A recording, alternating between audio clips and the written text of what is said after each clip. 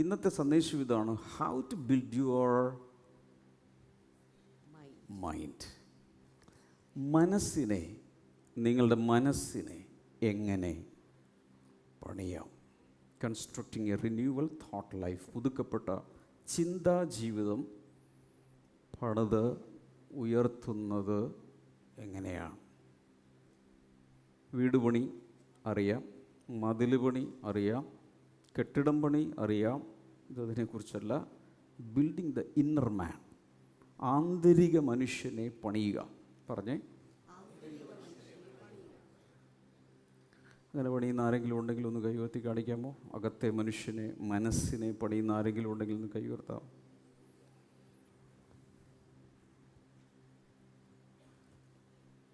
കുറേ കല്ലുകൾ എവിടെയെങ്കിലും കൂട്ടിയിട്ടാൽ കാറ്റടിക്കുമ്പോൾ തന്നെത്താൻ വന്ന് അതൊരു കെട്ടിടമായി മാറുകയില്ല. മനഃപൂർവ്വമായി ഒരു പ്ലാൻ ഉണ്ടാക്കി പണിക്കാർ കൃത്യമായി ഓരോ ഇഷ്ടികകൾ അല്ലെങ്കിൽ കല്ലുകൾ എടുത്തു വെച്ച് അതിനെ പണിയണം, തൂക്കു നോക്കി പണിയണം. എൻ്റെ അർത്ഥം, മനഃപൂർവ്വമായി നമ്മൾ പണിയുന്നില്ലെങ്കിൽ നമ്മുടെ ആന്തരിക മനുഷ്യൻ പണിയപ്പെടുകയില്ല.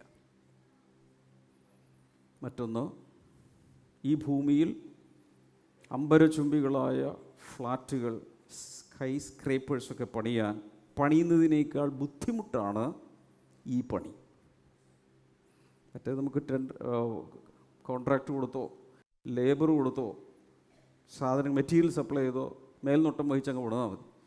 അകത്തുള്ള സ്വന്തം ആന്തരിക മനുഷ്യനെ പണിയാൻ നമുക്ക് വളരെയധികം ബുദ്ധിമുട്ടുണ്ട് എന്നാണ് ഞാൻ പറയുന്നത്. അതുകൊണ്ടാണ് നമ്മളിങ്ങനെ ഇരിക്കുന്നത്. എന്നാൽ നിങ്ങളുടെ അകത്തെ മനുഷ്യൻ ശക്തിയോടെ ബലപ്പെട്ടിട്ട് എന്ന് പൗലൂസ് പറയുന്നുണ്ട്. മാർച്ച് മാസത്തിൽ ബ്ലെസ്സിങ് ടുഡേ കുടുംബത്തിൽപ്പെട്ട എല്ലാവരുടെയും ആന്തരിക മനുഷ്യനെ പണിയുവാൻ പരിശുദ്ധാത്മാവ് ശ്രദ്ധ കേന്ദ്രീകരിക്കുന്ന മാസമാണ്. ഒരു സഹകരണ സംഘമായിട്ട് മുന്നിലേക്ക് പോകണം. പരിശുദ്ധാത്മാവിനോട് നമ്മൾ സഹകരിക്കണം. ഹല്ലേലൂയ. Are you ready? ഓരോന്നും നോക്കി വേഗത്തിൽ പോകാം. Change of life happens through change of mind. ജീവിതത്തിലൊരു മാറ്റം വേണം എന്ന ആഗ്രഹമുള്ളവരുടെ വലതുകരം കാണട്ടെ. ജീവിതത്തിൽ ഇങ്ങനെ ജീവിച്ചാൽ പോരാ, ഒരു മാറ്റം വേണം. അതിൻ്റെ മറുപടിയാണ്, ജീവിതത്തിലെ മാറ്റം മനസ്സിൻ്റെ മാറ്റത്തിലൂടെയാണ് സംഭവിക്കുന്നത്. ആർക്കെങ്കിലും ജീവിതത്തിൽ മാറ്റം ആവശ്യമുണ്ടെങ്കിൽ ഇപ്പോൾ താമസിക്കുന്ന വീടിനെന്തോ കേടുണ്ടെന്നാണ് ചിലർ നോക്കിയിട്ട് പറയുന്നത്. അതുകൊണ്ടൊരു പുതിയ വീട്ടിലേക്ക് പോയാൽ എല്ലാം ശരിയാകും. എല്ലാം ശരിയാവില്ല. വീട് മാറിയതുകൊണ്ട് ജീവിതം മാറണമെന്നില്ല. അന്തരീക്ഷം മാറുമായിരിക്കാം, ലൊക്കേഷൻ മാറുമായിരിക്കാം, പ്രകൃതിയുടെ അവസ്ഥകൾ മാറുമായിരിക്കാം, ജിയോഗ്രഫി മാറുമായിരിക്കും. പക്ഷേ അവരവരുടെ അകത്ത് ഒരു മാറ്റം വരണമെങ്കിൽ, അഥവാ ജീവിതം മാറണമെങ്കിൽ മനസ്സ് മാറണം. എല്ലാവരും പറഞ്ഞേ, ജീവിതം മാറണമെങ്കിൽ മനസ്സ് മാറണം. ആ ദൂത് മറ്റൊരാളുമായി പങ്കുവയ്ക്കുക. നിങ്ങളുടെ ജീവിതം മാറണമെങ്കിൽ നിങ്ങളുടെ മനസ്സാദ്യം മാറണം. നിങ്ങളുടെ ജീവിതം മാറണമെങ്കിൽ ആദ്യം നിങ്ങളുടെ മനസ്സ് മാറണം. ആമേൻ. അതിലാണ് ക്രിസ്തീയ ജീവിതത്തിൻ്റെ തുടക്കം, അല്ലെങ്കിൽ ദൈവരാജ്യത്തിലേക്കുള്ള ഒരു വ്യക്തിയുടെ തുടക്കം മാനസാന്തരത്തിലാണ്. പറഞ്ഞേ, മാനസാന്തരം. അതുകൊണ്ടാണ് യോഹന്നാൻ സ്നാപകൻ്റെ പ്രസംഗത്തിന് ഒറ്റ പോയിൻ്റേ ഉണ്ടായിരുന്നുള്ളൂ. ഇന്നത്തെ എൻ്റെ പ്രസംഗത്തിന് 4 പോയിൻ്റുണ്ട്. ABCD 4 എന്നാൽ സ്നാപക യോഹന്നാൻ്റെ പ്രസംഗത്തിന് ഒറ്റ പോയിൻ്റേ ഉള്ളൂ. അതെന്താണത്? മാനസാന്തരപ്പെട്ട് ദൈവരാജ്യത്തിൽ വിശ്വസിക്കുക. ഒറ്റ പോയിൻ്റേ ഉള്ളൂ. എപ്പോൾ പ്രസംഗിച്ചാലും എല്ലാ ദിവസവും തന്നെ പ്രസംഗിക്കുന്നത്. യോർദാൻ നദിയുടെ തീരത്ത് നിന്ന് എന്ത് പറയും? മാനസാന്തരപ്പെടുക, മാനസാന്തരപ്പെടുക. ഒറ്റ പോയിൻ്റേ ഉള്ളൂ. ഞങ്ങളെപ്പോലെ ഒന്നും ഇത്ര ഈ മെസ്സേജ് പ്രിപ്പയർ ചെയ്ത് ബുദ്ധിമുട്ടേണ്ട ആവശ്യമൊന്നും ഈ സ്നാപക യോഹന്നാൻ ഉണ്ടായിരുന്നില്ല. എന്ത് ചെയ്തു? ഒറ്റ കാര്യം, മാനസാന്തരപ്പെടുക, മാനസാന്തരപ്പെടുക. ഇനി അതിനുശേഷം യേശു പ്രസംഗിക്കാൻ തുടങ്ങി. യേശുവിൻ്റെ പ്രസംഗത്തിന് ആദ്യകാലത്ത് ഒറ്റ പോയിൻ്റേ ഉള്ളൂ. എന്താണത്? ദൈവരാജ്യം സമീപിച്ചിരിക്കയാൽ മാനസാന്തരപ്പെടുക. ഒറ്റ പോയിൻ്റേ ഉള്ളൂ. ഹല്ലേലൂയ. കാരണം യേശു പറഞ്ഞു, മാനസാന്തരപ്പെടുന്നില്ലെങ്കിൽ നിങ്ങളെല്ലാവരും നശിച്ചു പോകും. അന്ന് ആ മാനസാന്തരത്തിൻ്റെ സന്ദേശം കേട്ടവർ, അന്നത്തെ പട്ടാളക്കാരും പുരോഹിതന്മാരും ഉൾപ്പെടെ ഗ്രാമങ്ങളിലും പട്ടണങ്ങളിലുമുള്ള ജനങ്ങൾ വരെ മാനസാന്തരപ്പെട്ട് യോഹന്നാൻ്റെ അടുക്കൽ വന്ന് ഇങ്ങനെ നിൽക്കുകയാണ്. എന്തിനു വേണ്ടി? സ്നാനമേൽക്കാൻ. മാനസാന്തരപ്പെട്ടവർക്ക് അവൻ സ്നാനം നൽകി. എന്നാൽ ഗ്രീക്ക് ഭാഷയിൽ ഈ മാനസാന്തരത്തെക്കുറിച്ചുള്ള ശരിയായ ഒരു വീക്ഷണം നമുക്കുണ്ടായിരിക്കണം. നമ്മൾ മാനസാന്തരം എന്ന് പറഞ്ഞാൽ ഏതോ ഒരു പാപി, കൊടുംപാപി, കൊലപാതകി, വ്യഭിചാരി വന്നിട്ട് ദൈവസന്നിധിയിൽ മാറത്തടിച്ച് കരയുന്നതാണ് മാനസാന്തരം എന്നാണ് നമ്മൾ ചിന്തിക്കുന്നത്. തുടക്കത്തിൽ അത് ശരിയാണ്. നമ്മുടെ കഴിഞ്ഞകാല ജീവിതത്തിലെ എല്ലാ പാപങ്ങളും ഓർത്ത് മാനസാന്തരപ്പെട്ട് നെഞ്ചത്തടിച്ച് കരഞ്ഞ് അനുദപിച്ച് മാനസാന്തരപ്പെട്ട് കർത്താവിലേക്ക് നമ്മൾ വരുന്നു. എന്നാൽ അവിടം കൊണ്ട് തീരുന്നതല്ല മാനസാന്തരം. ഒരു വലിയ തർക്കം നടക്കുന്നുണ്ട് ഇന്ന്. ഒറ്റ പ്രാവശ്യം മാനസാന്തരപ്പെടണോ, എല്ലാ ദിവസവും മാനസാന്തരപ്പെടണം? അപ്പോൾ ചിലർ പറയുന്നത് ഒറ്റ പ്രാവശ്യം നമ്മൾ ആദ്യം മാനസാന്തരപ്പെട്ട് കർത്താവിൽ വിശ്വസിച്ച് കഴിയുമ്പോൾ തന്നെ പഴയതും പുതിയതും ഇനിയുള്ളതുമായ എല്ലാ പാവങ്ങളും എടുത്തു കളഞ്ഞതുകൊണ്ട് ഇനി മാനസാന്തരത്തിൻ്റെ ആവശ്യമൊന്നുമില്ല, അങ്ങ് പോയാൽ മതി. ചിലർ പറയുന്നത് തെറ്റുകളൊക്കെ ഉണ്ടെങ്കിൽ കൺഫെഷൻ മാത്രം മതി, ഏറ്റു പറഞ്ഞു. ഇങ്ങനെ വലിയ തർക്കം നടക്കുക. എന്നാൽ ഇന്ന് നമ്മൾ ചെയ്യാൻ പോകുന്നത് what is the real meaning of repentance? Greek ഭാഷയിൽ അവിടെ എഴുതി വെച്ചിരിക്കുന്നത് ഇങ്ങനെയാണ്: മെറ്റനോയ. നാവ് വഴങ്ങുമെങ്കിലും ഒന്ന് പറഞ്ഞു നോക്ക്. മെറ്റനോയ. ഇന്ന് സോഷ്യൽ മീഡിയയിൽ മെറ്റ ഭയങ്കര എല്ലാവർക്കും അറിയാവുന്ന, പിള്ളേർക്കറിയാം മെറ്റനോയ. മെറ്റനോയ എന്നതിൻ്റെ അർത്ഥം ചേഞ്ച് ഓഫ് മൈൻഡ്, മനസ്സിൻ്റെ മാറ്റം, അല്ലെങ്കിൽ A new way of thinking എന്ന് വെച്ചാൽ പുതിയ ഒരു ചിന്താഗതി എന്നാണ് അതിൻ്റെ അർത്ഥം. വേറെ പ്രശ്നമൊന്നുമില്ല. മാനസാന്തരം എന്ന് പറഞ്ഞ വാസ്തവത്തിൽ എന്താണ്? പുതിയ രീതിയിൽ ചിന്തിക്കുക. പറ. ശരിക്കും എല്ലാവരും പറഞ്ഞില്ല, നന്നായിട്ട് പറ. പുതിയ രീതിയിൽ ചിന്തിക്കുക. മാനസാന്തരം എന്താണ്? ചിന്തകളിൽ ഒരു മാറ്റം. അതാണ് മാനസാന്തരം. മെറ്റനോയ. പറ. മെറ്റനോയ. ഇനി നോക്കാം. B, the real repentance. അതിനെക്കുറിച്ച് നമ്മൾ പറഞ്ഞു വരുന്നത്. യഥാർത്ഥ മാനസാന്തരം എന്താണ്? ശരിക്കും കേൾക്കണേ. Repentance is a mind set shift, not just a moral sorrow. മാനസാന്തരം ഒരു മനസ്സിൻ്റെ മാറ്റമാണ്, വെറും ഒരു ധാർമ്മിക ദുഃഖമല്ല. മാനസാന്തരം നമുക്ക് എപ്പോഴും ഓർമ്മ വരുന്നത് പാവങ്ങൾ ഓർത്ത് അനുദപിച്ച് കരഞ്ഞ് നിലവിളിച്ച്. There is no problem with that. അത് ആവശ്യമാണ് തുടക്കത്തിൽ. എന്നാൽ തുടർന്നുള്ള ജീവിതത്തിൽ എല്ലാ ദിവസവും ഇങ്ങനെ പാവങ്ങൾ ഓർത്ത് മാനസാന്തരപ്പെട്ട് കരഞ്ഞുകൊണ്ടിരിക്കുകയല്ല. പകരം അത് മനസ്സിൻ്റെ മാറ്റമാണ്, വെറും ഒരു മോറൽ സോറോ അല്ല. റോമാലേഖനം 12:2 വായിക്കാമോ? ആ, യെസ്.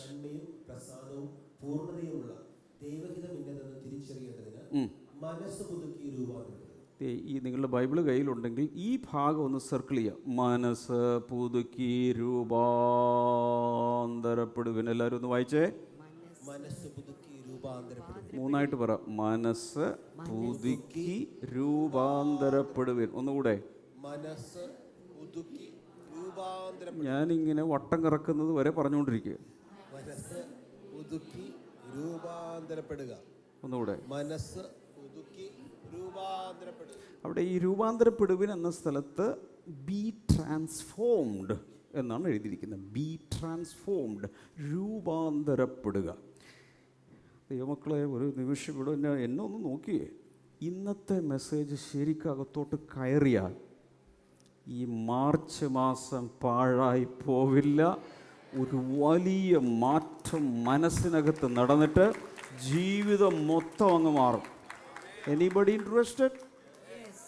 ചിലർക്ക് ചിന്തിക്കും, എത്ര വർഷമായി, എത്ര നാളായി എത്ര മാസങ്ങളായി പ്രാർത്ഥിക്കും, എനിക്കൊരു മാറ്റവും ജീവിതത്തിലില്ലല്ലോ. അതിനുള്ള മറുപടിയാണ് പരിശുദ്ധാത്മാവ് ഇന്ന് തരുന്നത്. നിൻ്റെ ജീവിതത്തിൽ ഒരു വലിയ മാറ്റം, ചിന്തിക്കാൻ കഴിയുന്നതിനപ്പുറത്തുള്ളൊരു മാറ്റം കൊണ്ടുവരുവാൻ പരിശുദ്ധാത്മാവ് നൽകുന്ന ദൂതാണ് ഇന്ന് ഡെലിവേർഡ് ആയിക്കൊണ്ടിരിക്കുന്നത്. കൈകളടിച്ച് കർത്താവിന് നന്ദി പറയാം. ഹല്ലേലൂയ. അപ്പോൾ 2, റിപ്പൻറ്റൻസ് ഈസ് നോട്ട് റിമോഴ്സ്. മാനസാന്തരം എന്ന് പറഞ്ഞാൽ എന്തല്ല? ഖേദിക്കുന്നതല്ല, ഖേദമല്ല. ഖേദം എന്ന് പറയുന്നത് വേറെ സാധനമാണ്. റിമോഴ്സ്, റിഗ്രറ്റ്, അതല്ല റിപ്പൻറ്റൻസ്. പിന്നെന്താണ് നോക്കിയേ, റിമോഴ്സ് എന്ന് പറഞ്ഞാൽ ഖേദം, കുറ്റബോധത്താൽ ഉളവാകുന്നു. നമ്മുടെ ഈ കുറ്റബോധം അനുഭവിച്ചിട്ടുള്ള എത്ര പേരുണ്ട്? അതുമില്ലേ? പിന്നെ എന്തിനും ഉള്ള നമുക്കൊരു പാപം ചെയ്താലൊരു കുറ്റബോധമകത്ത് വരില്ലേ? ആ സാധനം ആ വരുന്നത് റിമോഴ്സാണ്. റിമോഴ്സ്. അടുത്തത് മാനസാന്തരം കൃപയാലും സത്യത്താലും ഉളവാകുന്നു. മനസ്സിലായോ? മറ്റത് കുറ്റബോധത്താലാണെങ്കിൽ this is driven by grace and truth. മനസ്സിലായോ? എപ്പോഴും നമ്മൾ ഓർക്കേണ്ടത് മാനസാന്തരം എന്ന് പറയുന്നത് നെഗറ്റീവായ ഒന്നല്ല, അത് പോസിറ്റീവാണ്. മനസ്സിലാവുന്നുണ്ടോ?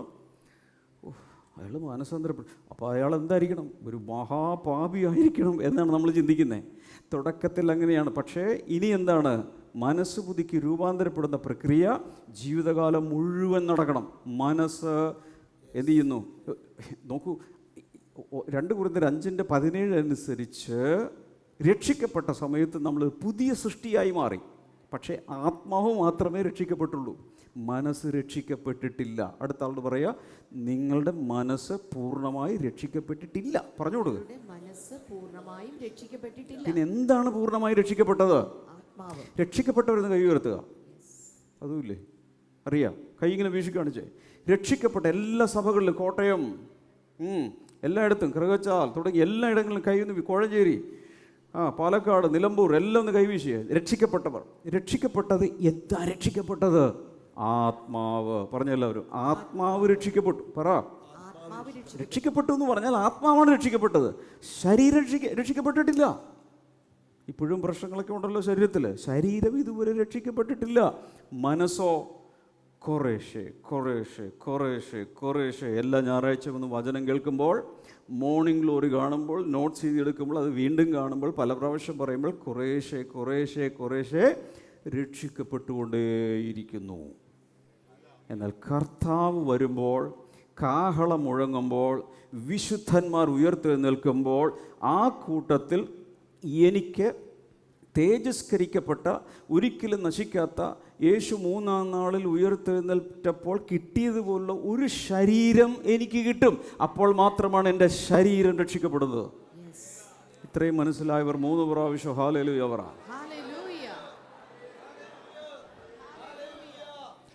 ഇനി അടുത്തത് നോക്കുക. റിമോഴ്സ് എന്ന് പറഞ്ഞാൽ നിങ്ങൾ ചെയ്ത തെറ്റിലാണ് ശ്രദ്ധ. റിമോഴ്സ് എന്ന് പറഞ്ഞാൽ ഖേദം, തെറ്റിനെ ഓർത്ത് ഇങ്ങനെ ഖേദിച്ചുകൊണ്ടിരിക്കുന്നു. എന്നാൽ മാനസാന്തരത്തിൻ്റെ പ്രത്യേകത നിങ്ങൾക്ക് ആരായിത്തീരാൻ കഴിയുമെന്നതിൽ ശ്രദ്ധ കേന്ദ്രീകരിക്കുന്നു.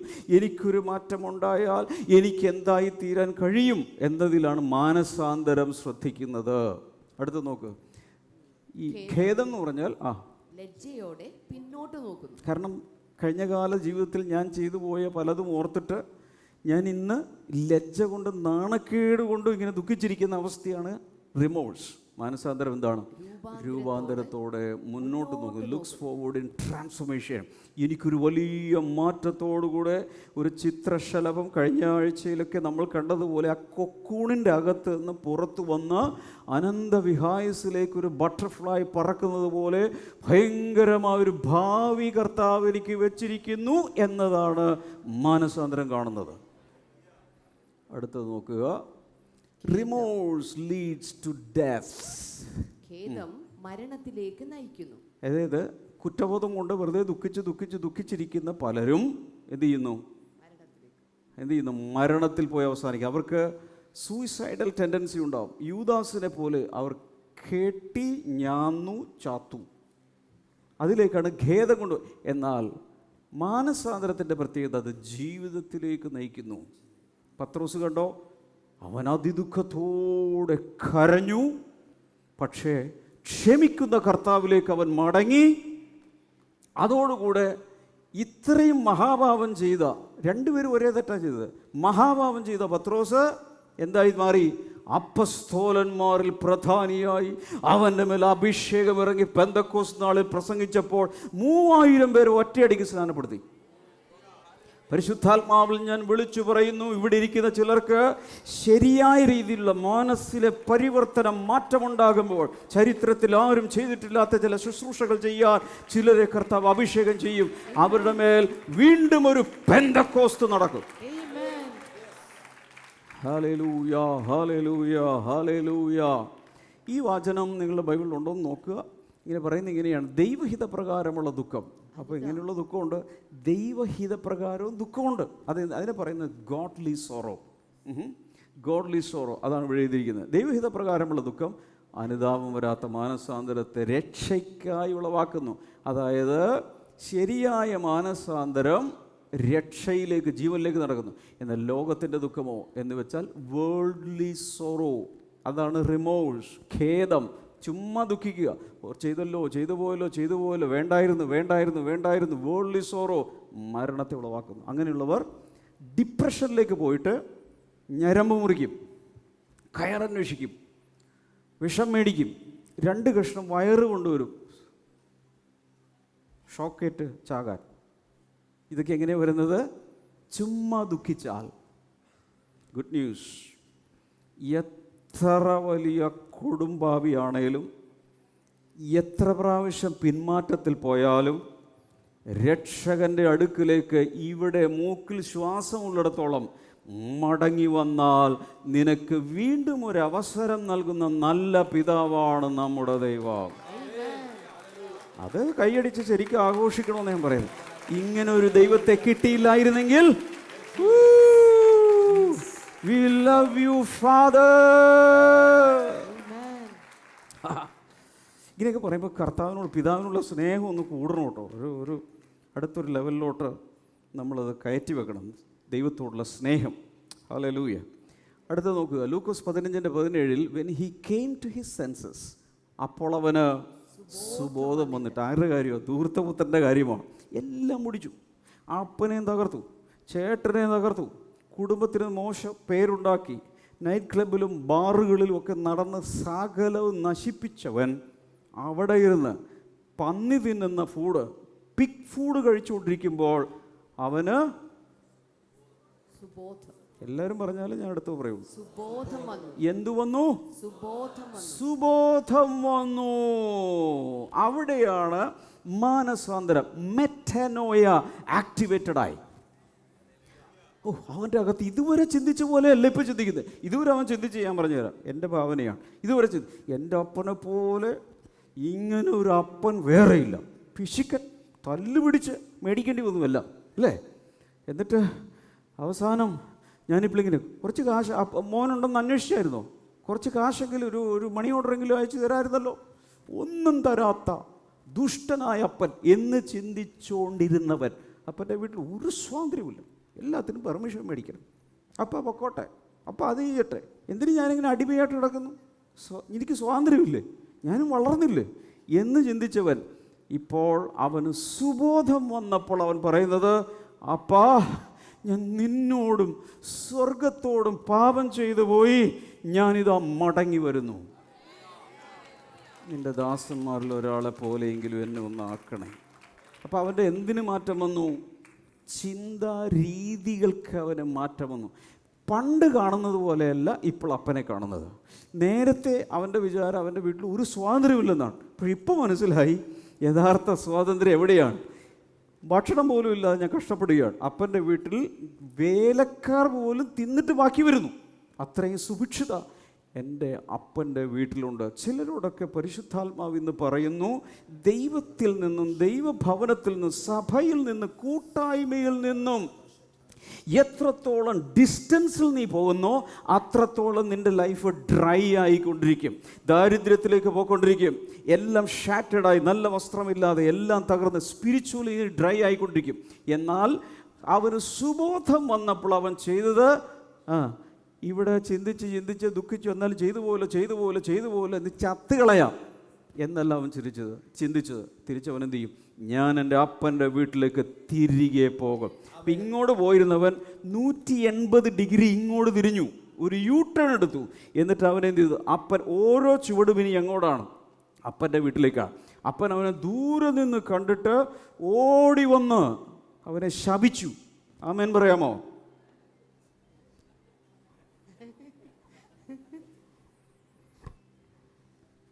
ഓടി വന്ന് എന്ത് ചെയ്തു? ചുംബിച്ചു. മനസ്സിന് മാറ്റം വരുത്തിയാൽ ഓടി വരുന്നൊരപ്പൻ, ചിന്തകൾക്ക് മാറ്റം വരുത്തിയാൽ ഓടി വന്ന് ചുമ്മാ ഇങ്ങനെ നിൽക്കുന്ന അപ്പനല്ല, കെട്ടിപ്പിടിച്ച് കുളിപ്പിച്ച് ശുദ്ധീകരിച്ച് പുതിയ ഡ്രസ്സ്, പുതിയ മോതിരം, പുതിയ ചെരുപ്പ്, പുതിയതെല്ലാം നൽകി ഭയങ്കരമായ ഫീസ്റ്റ് അന്ന് തുടങ്ങിയാണ്. ഇന്ന് വരെ ഇല്ലാത്ത രീതിയിലുള്ള ആഘോഷ പരിപാടികൾക്ക് അന്നവൻ ഉദ്ഘാടനം നടത്തി. കാരണം എൻ്റെ മകൻ എന്നിൽ നിന്ന് അകന്നുപോയി, അവൻ മരിച്ചവനായിരുന്നു, ഇതാ അവൻ ജീവിച്ചിരിക്കുന്നു, അവൻ വന്നിരിക്കുന്നു, കാണാതെ പോയിരുന്നു, അവനെ കണ്ടെത്തിയിരിക്കുന്നു. എന്തിനാണ് കർത്താവ് ഈ സ്റ്റോറി പറഞ്ഞത്? സ്വർഗത്തിലെ പിതാവിൻ്റെ മനോഭാവം, ഭൂമിയിലുള്ളൊരു പിതാവിൻ്റെ മനോഭാവത്തിലൂടെ നമ്മെ പഠിപ്പിക്കാൻ വേണ്ടി ഒരു ഉപമ പറഞ്ഞതാണ്.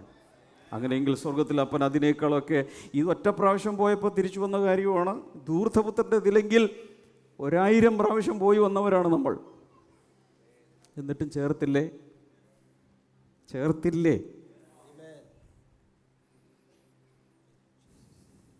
എത്ര പേര് നന്ദി പറയും? ഇന്ന് മനസ്സിനൊരു മാറ്റമുണ്ട്. ദൈവത്തെ കാണുന്ന രീതി, ദൈവഭവനത്തെ കാണുന്ന രീതി, സഭയെ കാണുന്ന രീതി. ആർക്കെങ്കിലുമൊക്കെ മോശമായ ചിന്താഗതി സഭയെക്കുറിച്ചുണ്ടെങ്കിൽ ഇന്ന് മാറ്റണം. കാരണം അത് പിശാചിൻ്റെ ചതിയാണ്.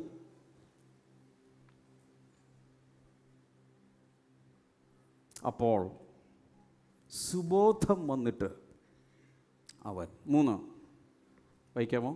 മാനസാന്തരമാണ് പുരോഗതിയിലേക്കുള്ള കവാടം. ഒന്നുകൂടെ. മാനസാന്തരമാണ് പുരോഗതിയിലേക്കുള്ള കവാടം. ജീവിതത്തിൽ എന്തെങ്കിലും പുരോഗതി, പ്രോഗ്രസ് വേണമെന്ന് പറയുന്നവർ ഈ ഓരോന്നിനും ഞാൻ കൈ ഉയർത്തിക്കുമ്പോൾ അങ്ങ് പെട്ടെന്ന് കൈ ഉയർത്തി കർത്താവ് കാണുകയാണ്. എത്ര പേർക്ക് പുരോഗതി വേണം? കീ എന്താണ്? അതിൻ്റെ കവാടം എന്താണ്?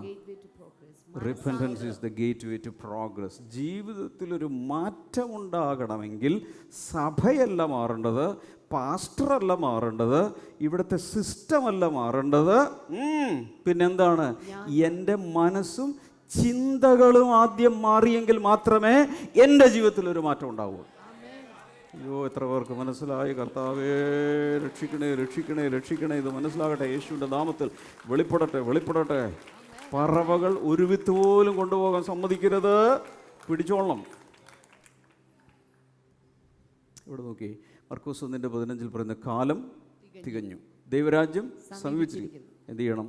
മനസ്സാന്തരപ്പെട്ട് സുവിശേഷത്തിൽ വിശ്വസിപ്പിൻ എന്ന് പറഞ്ഞു. 4-ാമത്തെ നോക്കി, റിപ്പൻറ്റൻസ് ഈസ് റീകാലിബ്രേഷൻ. പുനഃക്രമീകരണമാണ്. ജീവിതത്തിൽ ചില അഡ്ജസ്റ്റ്മെൻറ്റ്സ് ഇതൊക്കെ ചെയ്യുന്നതാണ് എന്ത്? റിപ്പൻറ്റൻസ്. യേശയ്യാവിൻ്റെ പുസ്തകം 55:7 ദുഷ്ടൻ തന്റെ വഴിയെയും നീതികെട്ടവൻ തന്റെ വിചാരങ്ങളെയും ഉപേക്ഷിച്ച് യഹോവയിലേക്ക് തിരിയട്ടെ. അപ്പോൾ എന്താ പറയുക? നമ്മളെല്ലാവരും എങ്ങോട്ട് തിരിയണം? കർത്താവിലേക്ക്. അവൻ അവരോട് കരുണ കാണിക്കും. നമ്മുടെ ദൈവത്തിലേക്ക് തിരിയട്ടെ, അവൻ ധാരാളം ക്ഷമിക്കും. അപ്പോൾ ദൈവത്തിൻ്റെ ഒരു നേച്ചർ മനസ്സിലായോ? ഇവിടെ എന്താ പറഞ്ഞിരിക്കുന്നത്? തിരിഞ്ഞു കഴിഞ്ഞാൽ അവൻ അവനോട് കരുണ കാണിക്കും. നമ്മുടെ ദൈവത്തിലേക്ക് തിരിയട്ടെ, അവൻ ധാരാളം ക്ഷമിക്കും. ചില മാസങ്ങൾക്ക് മുമ്പ് ഞാൻ പ്രാർത്ഥനയിലിരിക്കുക, ശക്തമായ എൻ്റെ അകത്ത് പരിശുദ്ധാത്മാവ് സംസാരിക്കുകയാണ്. എൻ്റെ ജനം 2 ദോഷം ചെയ്തിരിക്കും. ജീവജലത്തിൻ്റെ ഉറവായി എന്നെ അവർ ഉപേക്ഷിച്ചു. വെള്ളമില്ലാത്ത കിണറുകളെ, പൊട്ട കിണറുകളെ കുഴിച്ചിരിക്കും. അനേക ദൈവജനങ്ങളും രക്ഷപ്പെടാതിരിക്കുവാനുള്ള കാരണം അറിഞ്ഞോ അറിയാതെയോ ജീവജലത്തിൻ്റെ ഉറവിൽ ആശ്രയിക്കുന്നതിന് പകരം അവരെന്ത് ചെയ്തു? ചില മാനുഷികമായ കിണറുകളെ കുഴിച്ച്, പൊട്ടക്കിണറുകളെ കുഴിച്ച് അതിൽ നിന്നും വെള്ളം കോരുകയാണ്. കുറച്ച് കഴിയുമ്പോൾ പൊട്ടക്കിണറിൽ വെള്ളം ഉണ്ടാവില്ല.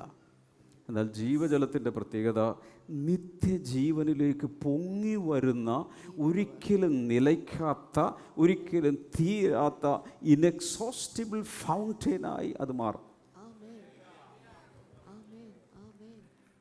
ഹല്ലേലൂയ. 5-ാമത്തേത്, റിപ്പൻറ്റൻസ് ഈസ് റിഫ്രഷിംഗ്. മനസ്സാന്തരം നവോന്മേഷദായകമാണ്.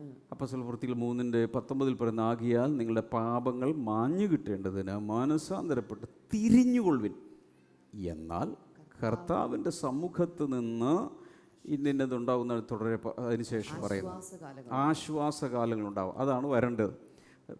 അടുത്ത 20-ാമത്തെയും കൂടി ഇതിലേക്ക് വന്നാലേ ഇത് പൂർത്തിയാകുള്ളൂ. നവോന്മേഷം, അതായത് ആശ്വാസകാലങ്ങൾ, റിഫ്രഷിങ് ടൈംസ് അവൻ്റെ കയ്യിൽ ഇതിന് ശേഷമുണ്ട്. നിങ്ങൾ നോക്കി വായിച്ചാൽ മതി 3:20. ആകയാൽ നിങ്ങളുടെ പാപങ്ങൾ മാഞ്ഞു കിട്ടേണ്ടതിന് മാനസാന്തരപ്പെട്ട് തിരിഞ്ഞുകൊള്ളുവിൻ. എന്നാൽ കർത്താവിൻ്റെ സമ്മുഖത്ത് നിന്ന് നിങ്ങൾക്ക് എന്ത് കിട്ടും? ആശ്വാസകാലങ്ങൾ. എത്ര പേർക്ക് ഇനി അങ്ങോട്ടെങ്കിലും ഒരു ആശ്വാസകാലം വേണമെന്നുണ്ട്? ആമേൻ. യെസ്. അകത്തൊരു കുളിർമ, ഒരു നവോന്മേഷം, ഒരു ഉണർവ്, പഴയതിനേക്കാൾ ശക്തമായി ദൈവവേല ചെയ്യുന്നു, അനുഗ്രഹങ്ങൾ, നന്മകൾ വരുന്നു, നിങ്ങളിലൂടെ ആത്മാക്കൾ വരുന്നു, ശുശ്രൂഷ വെളിപ്പെടുന്നു, ബ്ലെസ്സിങ് ഗ്രൂപ്പുകൾ സ്റ്റാർട്ട് ചെയ്യുന്ന, പുതിയ ബ്ലെസ്സിങ് സെൻറ്ററുകൾ സ്റ്റാർട്ട് ചെയ്യുന്ന ഒരു ഭയങ്കരമായ ഒരു റിഫ്രഷിങ്. ഒരു കമ്പ്യൂട്ടറിന് റിഫ്രഷ് ബട്ടൺ ഉണ്ടെങ്കിൽ നിനക്ക് ഒരു റിഫ്രഷ് ബട്ടൺ ഉണ്ട്. അതിൻ്റെ പേരാണ് metanoia. Change of mind will bring change of life. Amen. Hallelujah. ഉറക്കെ പറ, മെറ്റനോയ. മെറ്റനോയ എന്താ?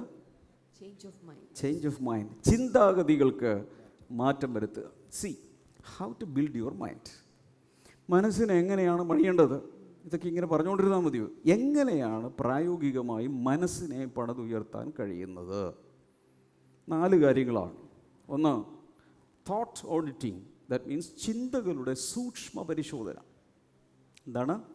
ചിന്തകളുടെ സൂക്ഷ്മ പരിശോധന. എന്താണ് ഞാൻ ചിന്തിച്ചു കൂട്ടുന്നത്? ദൈവം അനുവദിച്ചാൽ അടുത്ത ഞായറാഴ്ച നിങ്ങൾ കേൾക്കാൻ പോകുന്നു, റിസീവ് ചെയ്യാൻ പോകുന്ന ദൂത് വികാരങ്ങളെ എങ്ങനെ നിയന്ത്രിക്കാം. Anybody interested? ചില സമയത്ത് പറയാറുണ്ട്, എൻ്റെ മനസ്സിനെ എനിക്ക് പിടിച്ചിട്ട് കിട്ടുന്നില്ല. തോന്നാറുണ്ടോ? ഔട്ട് ഓഫ് കൺട്രോൾ, ബ്രേക്ക് ഔട്ടിട്ട് നിൽക്കുന്നില്ല. എന്തൊക്കെയോ ചിന്തിച്ചു കൂട്ടുന്നു, നിയന്ത്രിക്കാൻ പറ്റുന്നില്ല. അതെങ്ങനെ ചെയ്യാമെന്നുള്ളതാണ് അടുത്ത ഞായറാഴ്ച. ഇവിടെ നോക്കിയേ, മനസ്സിനെ പണിയണമെങ്കിൽ പ്രാക്ടിക്കൽ ആപ്ലിക്കേഷൻ, പ്രായോഗിക നിർവഹണം എങ്ങനെയാണ്? എന്താണ് ചിന്തിക്കുന്നത് എന്നത് പരിശോധിക്കണം. എന്തൊക്കെയാണ് ഇപ്പോൾ എൻ്റെ തലയിലൂടെ പോകുന്നത്? ഒരു ദൈവ പൈതലിന് യോജിച്ചതാണോ? ബൈബിളിനെ നിരക്കുന്നതാണോ ഞാൻ ചിന്തിക്കുന്നത്? ദുഷ്ടനിൽ നിന്നാണോ ഈ ചിന്ത വരുന്നത്? ജഡത്തിൽ നിന്നാണോ ഈ ചിന്ത വരുന്നത്? പരിശുദ്ധാത്മാവിൽ നിന്നാണോ ഈ ചിന്ത വരുന്നത്? അടുത്തത് സ്ക്രിപ്ചർ മെഡിറ്റേഷൻ. തിരുവെഴുത്തിനെ ധ്യാനിക്കുക. പറഞ്ഞേ, തിരുവെഴുത്തിനെ ധ്യാനിക്കുക. അടുത്ത് നോക്കിയേ, റീഫ്രെയിമിങ് നെഗറ്റീവ് നെറേറ്റീവ്സ്. നെഗറ്റീവായ വിവരണങ്ങൾ പുനഃക്രമീകരിക്കൽ. നമ്മുടെ അകത്തൂടെ ഒത്തിരി നെഗറ്റീവ് ചിന്താഗതികൾ പോകും. അല്ലേലും ഗുണം പിടിക്കില്ല, അല്ലേലും നന്നാവില്ല, എൻ്റെ ജീവിതം ഇങ്ങനെ പോകുള്ളൂ, അങ്ങനെ ചിന്തിക്കുന്ന എത്ര പേരുണ്ട്? ഇത് ദൂതന്മാരുടെ സഭയാണോ? മൊത്തം ഏഞ്ചൽസ് ആണെന്ന് തോന്നുന്നു മെമ്പേഴ്സ്. ഒരാൾ കൈവക്കി. കർത്താവ് അനുഗ്രഹിക്കട്ടെ. അകത്ത് നെഗറ്റീവ് ചിന്തകൾ വരാറില്ലേ? എനിക്ക് വരാറുണ്ട്. ഞാനൊരു പാസ്റ്ററാണ്, പക്ഷേ നെഗറ്റീവ് ചിന്തകൾ എനിക്ക് വരാറുണ്ട്. പുറത്ത് പറയണ്ട, നമ്മൾ മാത്രം പറഞ്ഞാൽ മതി. അതെന്തുകൊണ്ടാണ് പാസ്റ്ററായിട്ട് അങ്ങനെ വരുന്നത്? പാസ്റ്റർ ഒരു മനുഷ്യനാണ്, ദൂതനല്ല, സ്പെഷ്യൽ എഡിഷൻ അല്ല ഇത്, സ്പെഷ്യൽ മേക്കല്ല, സാധാരണ മനുഷ്യൻ. അതുകൊണ്ട് പാസ്റ്റർക്കും വരും. ഗെത്സമൻ തോട്ടത്തിൽ വെച്ച് യേശുവിനും ഒന്ന് പിന്നെയല്ലേ ഇവിടെ വരെ എത്തിയിട്ട് തിരിച്ചു പോകാൻ തോന്നി.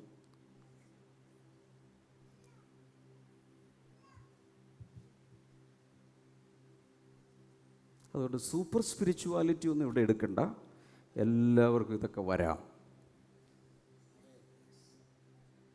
അപ്പോൾ എങ്ങനെ നെഗറ്റീവായ ചിന്തകളെ എന്തു ചെയ്യാം? നെഗറ്റീവ് നെറേറ്റ്സിനെ റീഫ്രെയിം ചെയ്യുക, അല്ലെങ്കിൽ പുനഃക്രമീകരിക്കുക. Number 4, guarding your mental input. നിങ്ങളുടെ മാനസികമായി നിങ്ങളുടെ മനസ്സിലേക്ക് അകത്തേക്ക് വരുന്നതിനെ ചിലത് എന്ത് ചെയ്യേണ്ടി വരും? ബ്ലോക്ക് ചെയ്യേണ്ടി വരും.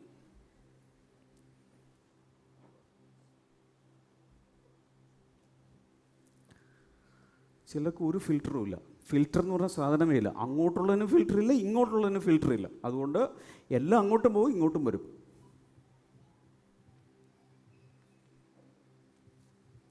നിങ്ങൾ എന്നെ കല്ലെറിയില്ലെങ്കിൽ ഞാനിത് പറയാം. കല്ലെറിയില്ലെന്ന് പറ. Thank you. ഞാൻ പറയാം.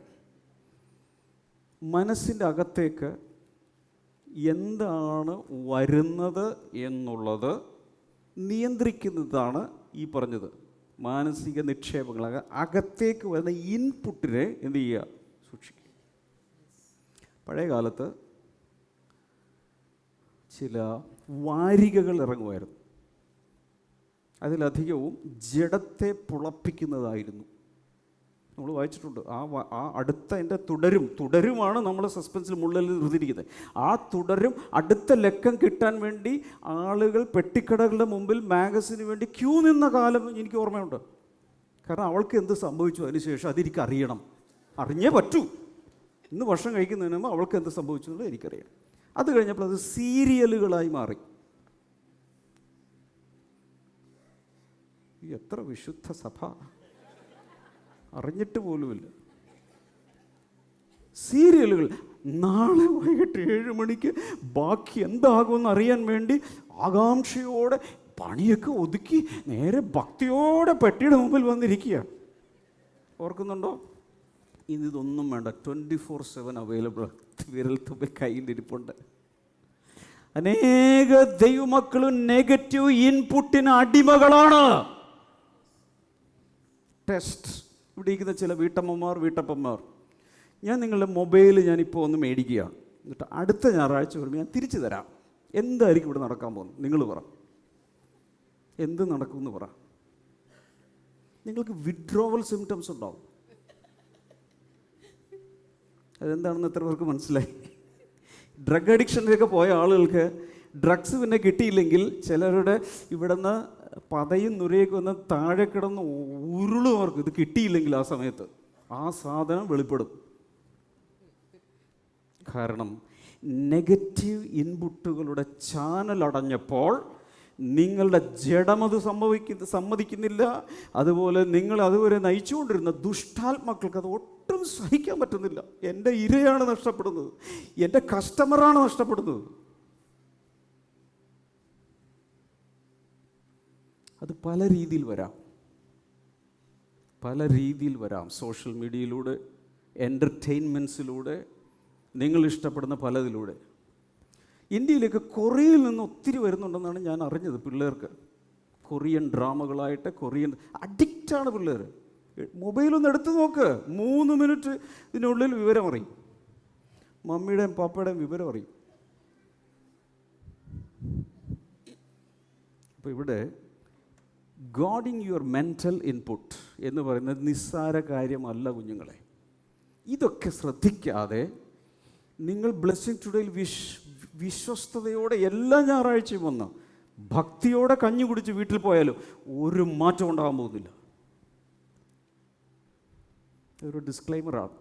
അല്ലെങ്കിൽ അവസാനം നിങ്ങൾ എന്നോട് നിങ്ങൾ ഈ പാസ്റ്റർ ഇത്രയും പ്രസംഗം ഞാൻ എഴുതിയെടുത്തു, ഇത്രയും നോട്ട്ബുക്ക് ചെയ്യാൻ വെച്ചിട്ട്, എന്നിട്ടും ഞാൻ എന്തുകൊണ്ട് അനുഗ്രഹിക്കപ്പെടുന്നില്ല? മക്കളെ, ഇത് ചെയ്യുക.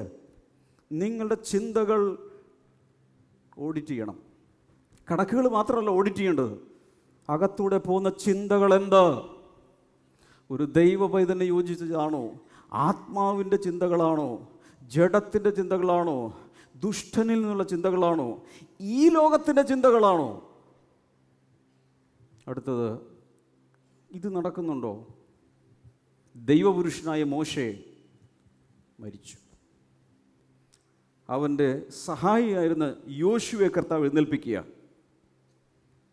യോശുവേ, അടിയനിതാ. ദൈവപുരുഷനായ മോശയോടുകൂടി ഇരുന്നതുപോലെ ഞാൻ നിന്നോടുകൂടി ഇരിക്കും. Thank you Lord. എന്നാൽ നീ പോകുന്നിടത്തെല്ലാം ജയമുണ്ടാകേണ്ടതിന് ഞാൻ നിനക്ക് നൽകിയ ന്യായപ്രമാണം രാപകൽ ധ്യാനിച്ചു കൊണ്ടിരിക്കണം. Okay Lord. അപ്പോൾ എന്താ ചെയ്യേണ്ടത്? യോശുവയുടെ പുസ്തകം 1-ാം അധ്യായത്തിൻ്റെ 3 മുതൽ 8 വരെ വായിക്കണം. അവിടെ കർത്താവ് എന്ന് പറയാം, മോശയുടെ കാലം കഴിഞ്ഞ് ആ ചരിത്രം ഒരു ഏട് മറിഞ്ഞു, പുതിയൊരു ഏട് തുടങ്ങുകയാണ്. ജോഷുവ ജനറേഷൻ പീരീഡ് ആരംഭിക്കുക. ആദ്യം കർത്താവ് കൊടുത്ത കൽപ്പന എന്താണ്? ഞാൻ നിനക്ക് തന്ന ന്യായപ്രമാണം മുഴുവൻ എല്ലാ ഞായറാഴ്ചയും രാവിലെ 10 മുതൽ 1 മണി വരെ ധ്യാനിക്കണം. ആമേൻ. തെറ്റ്. രാപകൽ ധ്യാനിക്കണമെന്ന്. അപ്പം ഞാൻ പറയുന്നത്, വാട്ട് ഈസ് യുവർ മെഡിറ്റേഷൻ? എന്ത് നിങ്ങൾ ഇന്ന് മെഡിറ്റേറ്റ് ചെയ്യുന്നോ അതാണ് നിങ്ങളായിത്തീരുന്നത്. സദൃശവാക്യങ്ങൾ 23:7 പറയുന്നത്, what a man തിങ്കത്ത് so is he. ഒരു മനുഷ്യൻ എന്ത് ചിന്തിക്കുന്നു അതാണ് അവൻ അതായി മാറും. അതാകുന്നല്ല, അതാണെന്ന് പറഞ്ഞു. അടുത്ത ആളെ ഇങ്ങനെ തോണ്ടി വിളിച്ചിട്ട് പറ, നിങ്ങളുടെ ചിന്താഗതികൾക്ക് മാറ്റം വരാതെ നിങ്ങളുടെ ജീവിതത്തിൽ ഒരു മാറ്റം ഉണ്ടാകുമെന്ന് സ്വപ്നം കാണരുത്.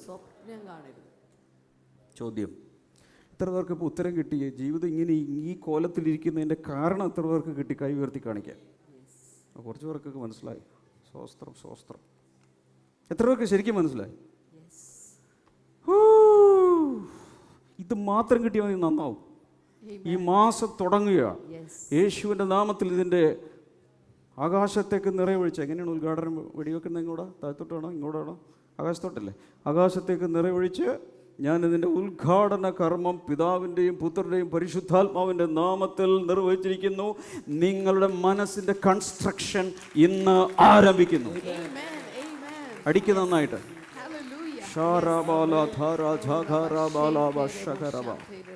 ഇതൊരിത്തിരി കൂടെ ഇരുന്നാലും മനസ്സിലാവുള്ളൂ. ആന്തരിക ചിന്തകളിൽ നിന്ന് ആത്യന്തിക ഭാവിയിലേക്കുള്ള രൂപാന്തരത്തിൻ്റെ ക്രമാനുഗതമായൊരു പ്രവാഹം എന്ന് വെച്ചാൽ the sequenced flow of transformation from internal thoughts to ultimate destiny. നമ്മുടെ ഓരോ ചിന്തകൾ, കേൾക്കുന്നുണ്ടോ? ഓരോ ചിന്തകളിൽ നിന്നും ആത്യന്തികമായി ദൈവം നമുക്ക് വേണ്ടി വെച്ചിരിക്കുന്ന ശുഭഭാവിയിലേക്ക് എത്തുന്നത് വരെ എങ്ങനെയാണ് ഞാൻ പോകുന്നത് എന്നറിയാൻ എത്ര പേർക്ക് ആഗ്രഹമുണ്ട്? 40-40% ആളുകൾക്ക് ആഗ്രഹമുണ്ട്. അതുകൊണ്ട് ഞാനത് പറയുന്നില്ല. ഇത്രയും പേർക്ക് വേണ്ടിയിട്ട് ഞാൻ എൻ്റെ സമയം കളയും. ഇപ്പുറത്ത് ചോദിക്കാം. അതായത് ചിന്തകളിൽ ഒരു മാറ്റം വരുത്തിയാൽ ദൈവം എനിക്കായി വെച്ചിരിക്കുന്ന ഭാവിയിലെത്താം. സഹകരണം കിട്ടുന്നില്ലല്ലോ അംബ്രോസ് ബ്രദർ, എന്തെങ്കിലും സംസാരിച്ചു കൊടുക്കുക അവരോട് പറ. ഞാൻ പറയുന്നത് മനസ്സിലാവുന്നുണ്ടോ? ചിന്തകളിൽ ഇവിടെ മാറ്റം വരുത്തിയാൽ ദൈവം ഉദ്ദേശിക്കുന്ന യഥാർത്ഥ ഭാവിയിൽ എനിക്ക് എത്തിച്ചേരാൻ കഴിയും. അതിൻ്റെ വഴിത്താര മനസ്സിലാക്കാൻ എത്ര പേർക്ക് താല്പര്യമുണ്ടെന്ന് ചോദിച്ചു. ഇപ്പോൾ കുറച്ച് പേർക്ക് മനസ്സിലായി. എന്താ പോകാം കേട്ടോ. ആദ്യത്തെ ചിന്തകളാണ്. എന്താണ് ചിന്തകൾ? നോക്കൂ, നൈമിഷികമായ മാനസിക മുദ്രണങ്ങൾ അല്ലെങ്കിൽ പരിഗണനകൾ. ഒരു ചിന്ത എന്ന് പറയുന്നത് നമുക്കറിയാലോ, mind is A thought factory. നമ്മുടെ മനസ്സ് ചിന്തകൾ ഉൽപ്പാദിപ്പിക്കുന്നൊരു ഫാക്ടറിയാണ്. അതിങ്ങനെ പ്രൊഡ്യൂസ് ചെയ്തുകൊണ്ടിരിക്കുക, രാത്രിയും പകലും, ഉറങ്ങുമ്പോഴും അല്ലാത്തപ്പോഴും. നമുക്ക് ഒരിക്കലും പ്രൊഡക്ഷൻ നിർത്തിവെക്കാൻ പറ്റാത്ത, ലേ ഓഫ് കൊടുക്കാൻ പറ്റാത്ത, ഷട്ട് ഡൗൺ ചെയ്യാൻ പറ്റാത്ത ഒരു ഫാക്ടറിയാണ് തോട്ട് ഫാക്ടറി, നമ്മുടെ മനസ്സ്. ഓരോ ചിന്തയും എന്താണ്? ഓരോ നിമിഷവുമുള്ള, എൻ്റെ ഇംഗ്ലീഷ് ഇവിടെ കൊടുത്തിട്ടുണ്ട്, momentary mental impressions or considerations.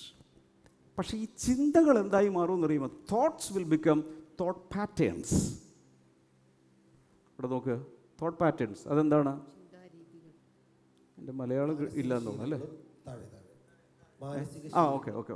മാനസികമായ ശീലങ്ങളും മാനസികാവസ്ഥയെ രൂപപ്പെടുത്തുന്ന ആവർത്തിച്ചുള്ള ചിന്താഗതികൾ. അതായത് ഒരേ കാര്യം തന്നെ റിപ്പീറ്റഡായി അത് തന്നെ ഇങ്ങനെ കറങ്ങി ചിന്തിച്ചാൽ അതിൻ്റെ പേരാണ് ചിന്താഗതി. സഹകരണം കുറവാണ്. നിങ്ങൾ എന്തെങ്കിലും ഒരു ഒച്ച ഉണ്ടാക്കും, അപ്പോൾ എനിക്കൊരു എൻകറേജ്മെൻറ്റ് കിട്ടും. ഇപ്പോൾ പറഞ്ഞ എത്ര പേർക്ക് മനസ്സിലായി? ചിന്ത എന്താണെന്ന് മനസ്സിലായി?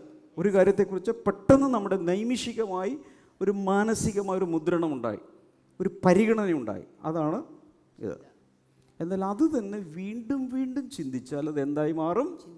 ചിന്താരീതികളായി മാറും. അതായത് തോട്ട് പാറ്റേൺസ്. അടുത്തത് ഐഡിയാസ്, ആശയങ്ങൾ. അതിൽ നിന്നാണ് ആശയം. ചിന്തിച്ച് അതിൽ നിന്ന് എന്ത് വരും? എല്ലാവരും സംസാരിക്കേ. ക്രമീകൃതമായതോ ആവർത്തിച്ചുള്ളതോ ആയ ചിന്താരീതികളിൽ നിന്ന് രൂപപ്പെടുന്ന ആശയധാരകളാണ് ഈ ആശയങ്ങൾ എന്ന് പറയുന്നത്. ഐഡിയ എവിടെ നിന്ന് കിട്ടി?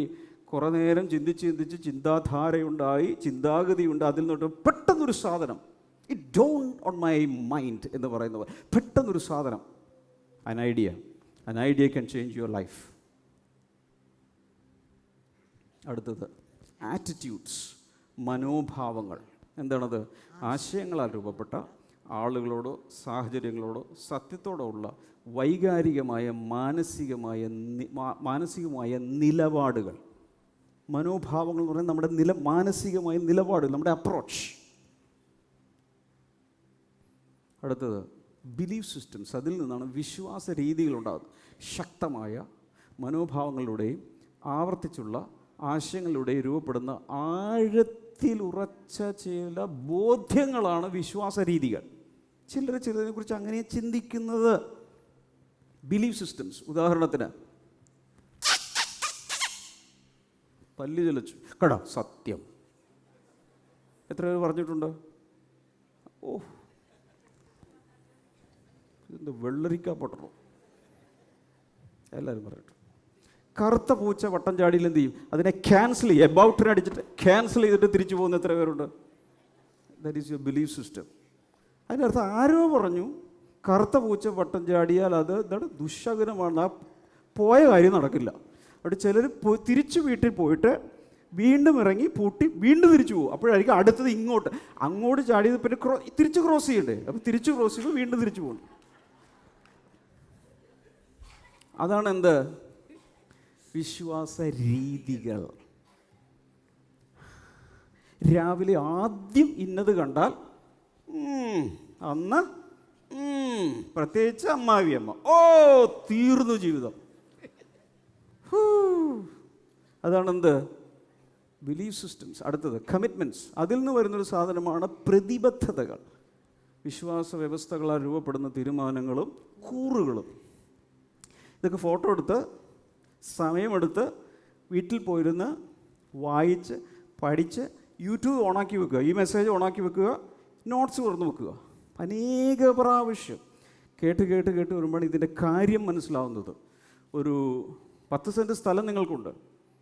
കുറേ കല്ലിറക്കി, 3 ലോഡ് കല്ലിറക്കി, കമ്പി ഇറക്കി, സിമെൻറ്റും ഇറക്കി വെച്ചു. എന്നിട്ട് കർത്താവേ കെട്ടിടം പണി നടക്കട്ടെ. തുള്ളി പ്രാർത്ഥിച്ചാലും കെട്ടിടം വരുമോ? അതിനൊരു പ്ലാൻ വേണം, അതിന് ആളുകൾ വേണം. കല്ലാശാരി, മരയാശാരി, എന്തൊക്കെ ആശാരി വരണം, അവരെല്ലാം വരുത്തണം. മനഃപൂർവ്വമായി ഇത് പണിതുയർത്താതെ എല്ലാവരോടുമായി പറയുകയാണ്, mind is a construction site. ഒരു മനുഷ്യ മനസ്സ് ഒരു നിർമ്മാണ മേഖലയാണ്. അവിടെയാണ് കൺസ്ട്രക്ഷൻ നടക്കണം. അവിടെ യേശുവിൻ്റെ നാമത്തിൽ നടക്കട്ടെ. ഇന്നു മുതൽ ഉദ്ഘാടനം യേശുവിൻ്റെ നാമത്തിൽ. പരിശുദ്ധാത്മാവ് ഓരോ ചിന്തകളും വെച്ച് പണിത്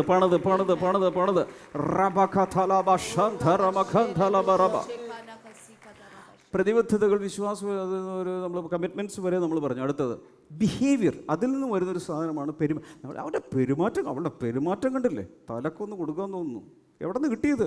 ചിന്തയിൽ തുടങ്ങിയതാണ്. ആന്തരിക പ്രതിബദ്ധതകളിൽ നിന്നുണ്ടാകുന്ന നിരീക്ഷിക്കാവുന്ന പ്രവർത്തനങ്ങളാണ് ഒരാളുടെ പെരുമാറ്റങ്ങൾ. അതാണെന്ത്? ബിഹേവിയർ. അടുത്തത് ഹാബിറ്റ്സ്.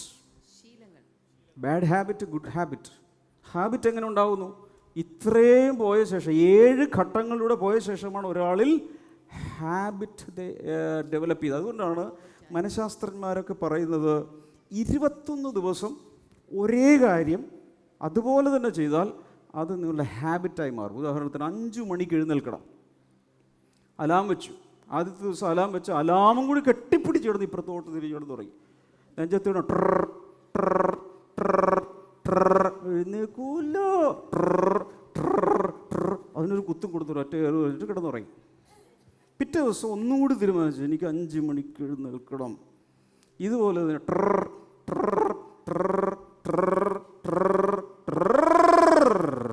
പിന്നെ അത് മൂത്ത് വരും. ഒറ്റ കൊട്ടു കൊടുക്കണം. മനുഷ്യനെ കിടത്തി ഉറക്കുകയില്ല. പല പ്രാവശ്യം ഫൈറ്റ് ചെയ്ത അവസാനം ഒരു ദിവസം എഴുന്നേറ്റു. പിറ്റേ ദിവസം കഷ്ടപ്പെട്ടാണെങ്കിൽ 5 മണിക്ക് എഴുന്നേറ്റു. 3 ദിവസം, 4 ദിവസം, 5, 6, 7 ദിവസം കഴിയുമ്പോൾ അലാം ഇല്ലേലും എഴുന്നേൽക്കും. കാരണം ബോഡി ക്ലോക്ക് സെറ്റായി. അപ്പോൾ ചിലർ പറയാറുണ്ട്, കൃത്യം 3 മണിക്ക് കർത്താവിനെ തട്ടി എഴുന്നേൽപ്പിക്കുന്നതല്ല, സത്യത്തിൽ ബോഡി ക്ലോക്ക് 3 മണിക്ക് സെറ്റായിരിക്കുവാണ്. കർത്താവിൻ്റെ ഇടപെടൽ ഒന്നുമല്ല കേട്ടോ ഞാൻ പറഞ്ഞു. അങ്ങനെ സംഭവിക്കില്ലെന്നല്ല, നോർമലി ഇത് സംഭവിക്കുന്നു. ഒരേ സമയത്ത് എഴുന്നേറ്റ് ശീലിച്ചാൽ പിറ്റേ ദിവസം എഴുന്നേൽക്കും. അത് കർത്താവ് തന്നെയാണെന്ന് വിചാരിച്ചോ? അങ്ങനെയെങ്കിലും എഴുന്നേൽക്കട്ടെ. ഞാൻ പറഞ്ഞത് ഇങ്ങനെയൊരു സംഭവം എൻ്റെ പുറകിലുണ്ടെന്ന് പറഞ്ഞതാണ്. അത് അവിശ്വാസികൾക്കും സംഭവിക്കും. അതുകൊണ്ടാണ് ഞാൻ പറഞ്ഞത്. പരീക്ഷയ്ക്ക് പഠിക്കുന്ന കുഞ്ഞുങ്ങൾക്ക് സംഭവിക്കും. എല്ലാ ദിവസവും എഴുന്നേറ്റ് അങ്ങനെ. ഈ പരീക്ഷ തീർന്നാലും പിറ്റേ ദിവസം ആ സമയത്ത് എഴുന്നേറ്റ് മമ്മി ഇത്തിരി വെള്ളം താ. നീ എന്തിനാ ഈ സമയത്ത് എഴുന്നേൽക്കുന്നത്? പരീക്ഷ അയ്യോ ഞാൻ എഴുന്നേറ്റ് പോയി, എന്നാ കിടക്കാം. കാരണം ബോഡി ക്ലോക്ക് എവിടെ എത്തി? അത് കഴിഞ്ഞാൽ പിന്നെ ശീലങ്ങൾ കാലക്രമേണ യാന്ത്രികമായി മാറുന്ന ആവർത്തിച്ചുള്ള പെരുമാറ്റങ്ങൾ, അതാണ് ശീലങ്ങൾ. അതിനെക്കുറിച്ച് പറഞ്ഞു. അടുത്തത് ക്യാരക്ടർ. ഇതിൽ നിന്നാണ് നമ്മുടെ സ്വഭാവം ഉണ്ടാകുന്നത്. സ്ഥിരമായ ശീലങ്ങളാൽ രൂപപ്പെടുന്ന സാൻമാർഗികവും ധാർമ്മികവുമായ സത്ത. ഈ വാക്കുകളൊക്കെ കേട്ട് നിങ്ങൾക്ക് ഹാർട്ട് അറ്റാക്ക് ഒന്നും വരണ്ട, അതിൻ്റെ കാര്യം മനസ്സിലാക്കിയാൽ മതി. ചില ആൾക്ക് ഈ ഇങ്ങനത്തെ മുഴുത്ത വാക്കുകളൊക്കെ കേൾക്കുമ്പോൾ ചില ഹാർട്ട് ബീറ്റ്സ് മിസ്സായി പോകും. അങ്ങനെ ആകണ്ട, പേടിക്കണ്ട. സ്വഭാവം എല്ലാവർക്കും അറിയാമല്ലോ. അതിൽ നിന്നാണ് ഡെസ്റ്റിനി അഥവാ നിങ്ങളുടെ ഭാവി. നിങ്ങൾ എവിടെ ഭാവിയിൽ ജീവിതത്തിൽ എത്തിച്ചേരുമോ അവിടെ എത്തുന്നത് ഈ 9 സ്റ്റെപ്പുകളിലൂടെ പോയ ശേഷമാണ് നിങ്ങൾ എത്തേണ്ട ഭാവിയിലെത്തുന്നത്. സ്വഭാവത്താൽ രൂപപ്പെടുന്ന ഒരാളുടെ ജീവിതത്തിൻ്റെ ആത്യന്തിക ഫലമല്ലെങ്കിൽ ദിശ, അവസാനം നമ്മൾ ജീവിതം എത്തിച്ചേരുന്ന സ്ഥലമാണ്, അല്ലെങ്കിൽ ഇടമാണ്, അല്ലെങ്കിൽ അവസ്ഥയാണ് ഡെസ്റ്റിനി, ഭാവി, ജീവിത ലക്ഷ്യം. ഇത്രയും സ്റ്റെപ്പുകളിലൂടെ പോകുമ്പോഴാണ് അവിടെ എത്തുന്നത്. നിങ്ങൾ ആഗ്രഹിക്കുന്ന ശുഭഭാവി തരുവാൻ തക്കവണ്ണം. വാക്യങ്ങളൊക്കെ പുളകം കൊള്ളും വായിക്കും, പക്ഷേ ഇങ്ങനെ പോകണം. ഇത്രയും മാറ്റങ്ങളിലൂടെ പോകുമ്പോഴാണ് അവിടെ എത്തുന്നത്. വായിക്കാമോ? നിങ്ങൾ എന്താണ് ചിന്തിക്കുന്നതെന്ന് ചിന്തിക്കുക. Think what you think. എന്താ ചിന്തിക്കുന്നതെന്ന് ചിന്തിക്കാൻ. കാരണം അത് മാറിയെങ്കിൽ മാത്രമേ ഓരോ സ്റ്റെപ്പുകളിലൂടെ എവിടെ എത്തുകയുള്ളൂ? ഉദ്ദേശിക്കുന്ന ശുഭഭാവിയിലെത്തുകയുള്ളൂ. ഒത്തിരി പേർക്ക് ശുശ്രൂഷ ചെയ്യാൻ ആഗ്രഹമുണ്ട്, നല്ല ബിസിനസ്സുകാരനാകാൻ ആഗ്രഹമുണ്ട്, പഠിച്ച് ബിരുദവും ബിരുദാനന്തര ബിരുദങ്ങളും PhDയും അതിൻ്റെ അപ്പുറത്തിനി എന്തെങ്കിലും ഉണ്ടെങ്കിൽ അതും എടുക്കാനൊക്കെ ഒത്തിരി പേർക്ക് ആഗ്രഹമുണ്ട്. പക്ഷെ എന്താ എങ്ങും പോകാത്തത്? എവിടെ തുടങ്ങണം? ചിന്തകൾ. പൗലോസ് എഴുതുകയാണ് ഫിലിപ്പിയ ലേഖനം 4:8 ഒടുവിൽ വായിക്കും. സഹോദരന്മാരെ, സത്യമായതൊക്കെയും ഘനമായതൊക്കെയും നീതിയായതൊക്കെയും നിർമ്മലമായതൊക്കെയും രമ്യമായതൊക്കെയും സൽകീർത്തിയായതൊക്കെയും സൽഗുണമോ പുകഴ്ചയോ അതൊക്കെയും ചിന്തിച്ചുകൊള്ളുവിൻ. ബാക്കിയൊന്നും ചിന്തിക്കേണ്ട. 8 കാര്യങ്ങളാണ് അവിടെ പറഞ്ഞിരിക്കുന്നത്. 1, സത്യമായത് എന്ന് പറഞ്ഞാൽ സത്യത്തെ സ്നേഹിക്കുന്നവരാകുക. 2, ശ്രേഷ്ഠമായത്, ചിന്താ ജീവിതത്തിൽ ചിന്തയിൽ ഉത്കൃഷ്ട ചിന്ത. കേട്ടിട്ടുണ്ടോ? ചിന്തകൾ ഉയർന്നതായിരിക്കണം. ഈ താഴെയുള്ള ചീത്ത ചിന്തിച്ചുകൊണ്ടിരിക്കരുത്, ബേസ് ലെവലിൽ ചിന്തിക്കരുത്, ഉയർന്ന ചിന്ത. അടുത്തത് വാട്ട് ഈസ് റൈറ്റ്, ശരിയായത്. എല്ലാ വ്യാജ കാര്യങ്ങളും ഒഴിവാക്കണം, അസത്യം ഒഴിവാക്കണം. പ്യുവർ, ശുദ്ധമായത് എന്ന് പറഞ്ഞാൽ വിശുദ്ധി ഉള്ളത് മാത്രം ചിന്തിക്കണം. അവിടെയാണ് ഇൻപുട്ട്. നിങ്ങൾ സോഷ്യൽ മീഡിയയിൽ എന്തു കാണുന്നു, യൂട്യൂബിൽ എന്ത് കാണുന്നു, ഫേസ്ബുക്കിൽ എന്ത് കാണുന്നു. ഒരാൾ തന്നെ വിളിക്കുന്ന മോന്ത പുസ്തകം എന്നാണ് ഫേസ്ബുക്ക്. ഫേസ് എന്ന് പറഞ്ഞാൽ മോന്ത. വാട്ട് എവർ ഈസ് ലവ്ലി, മനോഹരമായ കാര്യങ്ങൾ. അടുത്തത് പ്രശംസനീയമായത്, ദൈവത്താൽ പ്രശംസിക്കപ്പെടുന്ന കാര്യങ്ങൾ. എക്സലൻ്റ്, മികച്ചത്, ശ്രേഷ്ഠതയിലേക്ക് പോവുക. സ്തുത്യമായത്, ദൈവം മുമ്പാകെ പ്രൈസ്വർത്തിയായിട്ടുള്ളത് മാത്രം. Think what you think. സഹോദരന്മാരെ, സഹോദരിമാരെ, എന്താണ് ദിവസവും ചിന്തിച്ചു കൂട്ടുന്നത്? ഇത് കഴിഞ്ഞ് പുറത്തേക്ക് ഇറങ്ങി ഭക്ഷണം കഴിക്കുമ്പോൾ എന്തായിരിക്കും ചിന്തിക്കുന്നത്? വീട്ടിലേക്ക് പോകുമ്പോൾ എന്താണ് ചിന്തിക്കുന്നത്? ബസ്സിലിരിക്കുമ്പോൾ എന്താണ് ചിന്തിക്കുന്നത്? ഡ്രൈവ് ചെയ്യുമ്പോൾ എന്താണ് ചിന്തിക്കുന്നത്? കിടക്കാൻ പോകുന്നതിന് മുമ്പ് എന്താണ് ചിന്തിക്കുന്നത്? രാവിലെ എഴുന്നേൽക്കുമ്പോൾ എന്താണ് ചിന്തിക്കുന്നത്? ചിന്തിക്കാൻ. ആ ചിന്തകളിൽ ഒരു വലിയ വിപ്ലവം കൊണ്ടുവരാതെ ലൈഫിലൊരു മാറ്റം. എത്ര വലിയ ദൈവദാസൻ പ്രാർത്ഥിച്ചാലും 40 ദിവസം ഉപവാസം ഇരുന്നാലും എന്നാ ചെയ്താലും ഈ വർഷത്തെ മൊത്തം എപ്പിസോഡ് ഞാൻ സ്പോൺസർ ചെയ്തേക്കാം ബ്രദറെ, ഇത് നടക്കാൻ പോകുന്നില്ല. ഞാൻ പറയുന്നത് മനസ്സിലാവുന്നുണ്ടോ? അതിലല്ല ഇതിരിക്കുന്നത്. ഇത് മാറണം. ഇവിടെ അടിക്കേ, ഇത് മാറണമെന്ന് പറ, ഇത് മാറ്റണേ എന്ന് പറ. പ്രാർത്ഥിക്കുക, കർത്താവ് ഞാൻ റെഡിയാണെന്ന് പറ, എനിക്കൊന്ന് മാറ്റിത്തരാൻ പറ. ഇനി ഒന്ന് പറഞ്ഞോട്ടെ, വേറെ കാര്യമാണ്. അതല്ല കുഞ്ഞേ, അതല്ല. ഒരു ഇഷ്ടിക വെച്ചു, ഓക്കെ, വേറൊരു ഇഷ്ടിക അതിൻ്റെ മുകളിൽ വെച്ച് ഇഷ്ടി വെച്ച് മതിൽ പണിതിട്ടുള്ള എത്ര പേരുണ്ട്? സ്വന്തമായിട്ട് കൽപ്പണിക്കൊക്കെ പോയിട്ടുള്ളവർ ഉണ്ട്, ഒത്തിരി പേരുണ്ട്. അപ്പോൾ ഒരു ഇഷ്ടി ഇങ്ങനെ വെച്ച് അടുത്ത് വെച്ച് അതിൻ്റെ രണ്ടിൻ്റെയും നടുക്ക് ഒരു ഗ്യാപ്പ് ഉണ്ട്, അതിൻ്റെ മുകളിലാണ് അടുത്ത് വയ്ക്കുന്നത് അല്ലേ? അങ്ങനെയല്ലേ വയ്ക്കുന്നത്? ഞാൻ പണിതിട്ടുണ്ട്, ഒത്തിരി പണിതിട്ടുണ്ട്. അങ്ങനെ വെച്ച് വെച്ച് വെച്ച് വെച്ച് വെച്ച് വാൾ പണിതു. അപ്പം ഇഷ്ടികകൾ ഒന്നിനു മുകളിൽ ഒന്നായി വെച്ചാൽ ഒരു മതിലുണ്ടാക്കാം. വലിയ മതിലുകൾ ചുറ്റോട് ചുറ്റുമായാൽ അതൊരു കോട്ടയായി മാറും. ഓരോ ഇഷ്ടികയും ഒരു ചിന്തയാണ്. ഒരു ചിന്തയുടെ മേൽ അടുത്ത ചിന്ത, അതിൻ്റെ മേൽ അടുത്ത ചിന്ത, അതിൻ്റെ മേൽ അടുത്ത ചിന്ത, ചിന്തിച്ച് അതിൻ്റെ മുകളിൽ കൂട്ടി വെച്ചാൽ അതൊരു മതില് പോലെ. നമ്മുടെ mind is a construction site. നമ്മുടെ മനസ്സെന്താണ്? ഒരു നിർമ്മാണ മേഖലയാണ്.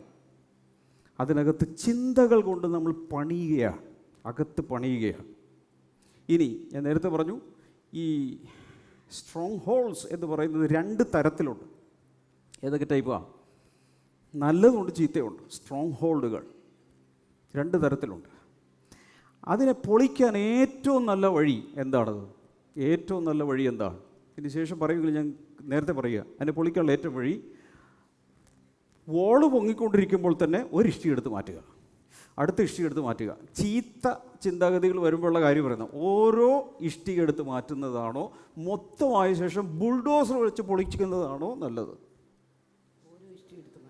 ഓരോന്ന് മാറ്റുക, ഓരോന്നും. അതാണ് എളുപ്പം. അത് വേഗത്തിൽ മാറ്റുക. പണി തുടങ്ങുമ്പോൾ തന്നെ എടുത്ത് മാറ്റുക.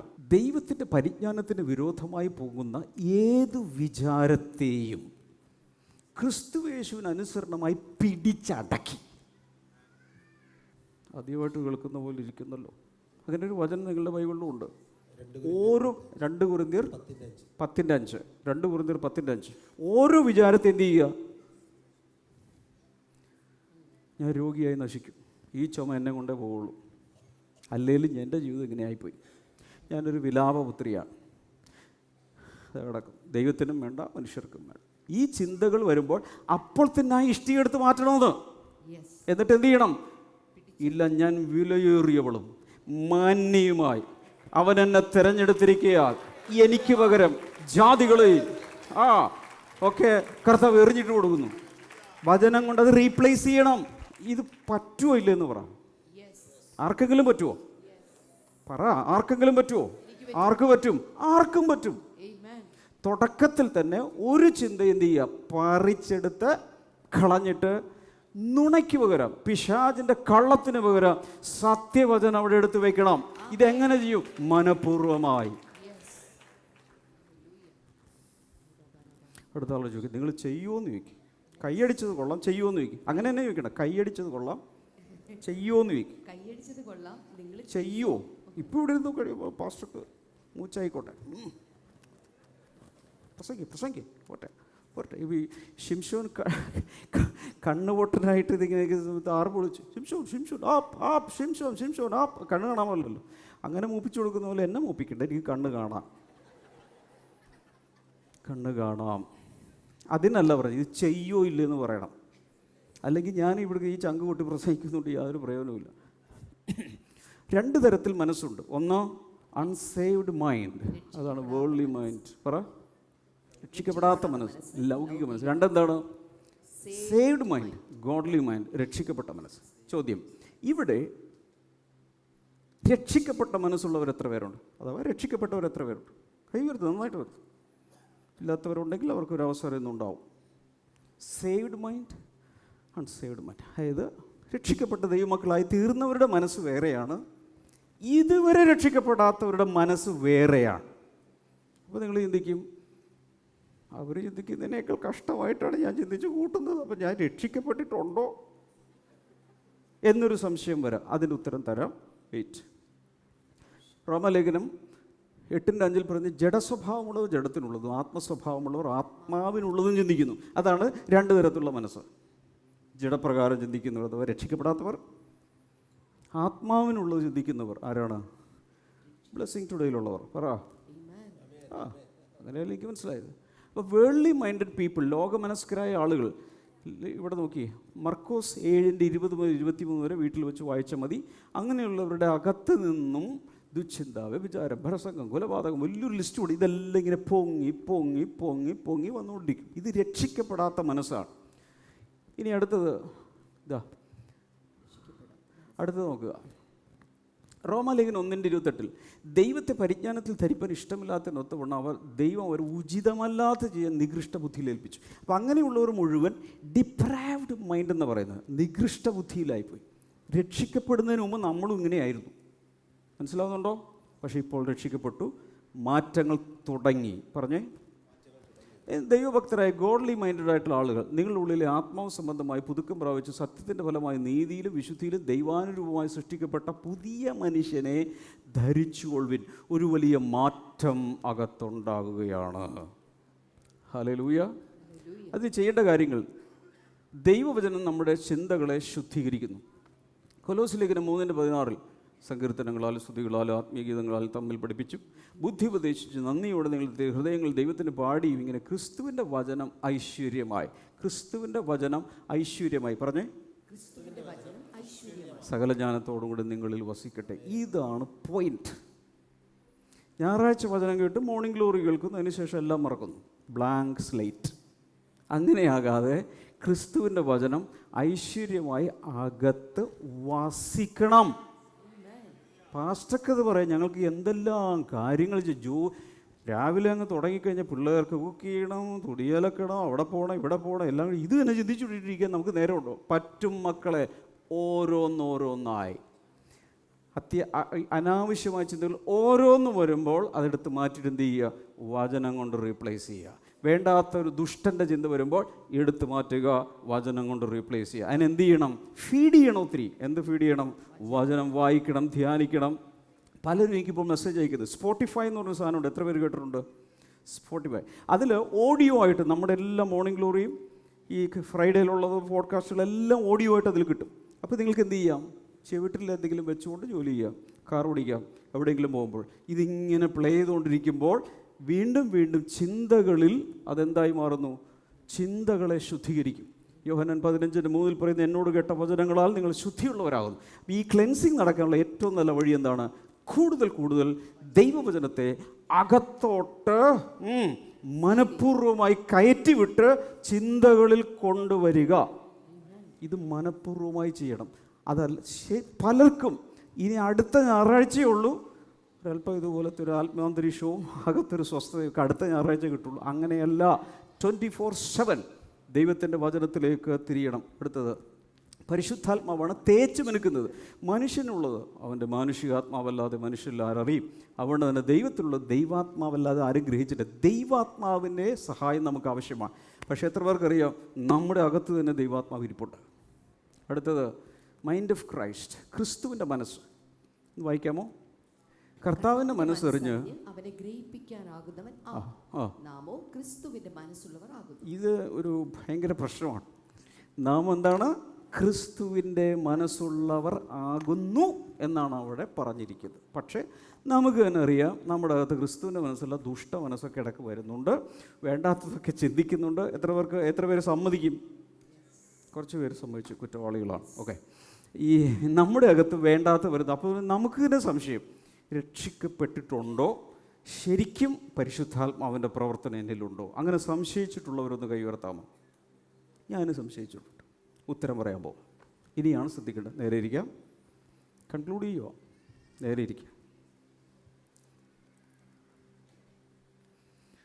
നമുക്ക് എല്ലാവരും ഇങ്ങനെ പിടിക്കുക. നമുക്ക് രണ്ട് മനസ്സുണ്ട്. ഏതൊക്കെയാണ്? ഒന്നാമത്തെ മനസ്സ് നമ്മുടെ ബ്രെയിനുള്ള തലച്ചോറ്. നമ്മുടെ തലച്ചോറിനോടും ദേഹി അഥവാ സോളിനോടും കണക്ട് ചെയ്തിരിക്കുന്ന ഹ്യൂമൻ മൈൻഡ്. കൈ താഴെ ഇടരുത്, ഇങ്ങനെ തന്നെ പിടിച്ചു. ഹ്യൂമൻ മൈൻഡ് മനുഷ്യ മനസ്സ്. എല്ലാവരും പറ മനുഷ്യ മനസ്സ്. രക്ഷിക്കപ്പെട്ട ഒരാൾക്ക് രണ്ട് മനസ്സുണ്ടെന്ന്. ഡബിൾ മൈൻഡഡ് ആണ് നമ്മൾ. എങ്ങനെ? ഒന്നാമത്തെ എന്താണ്?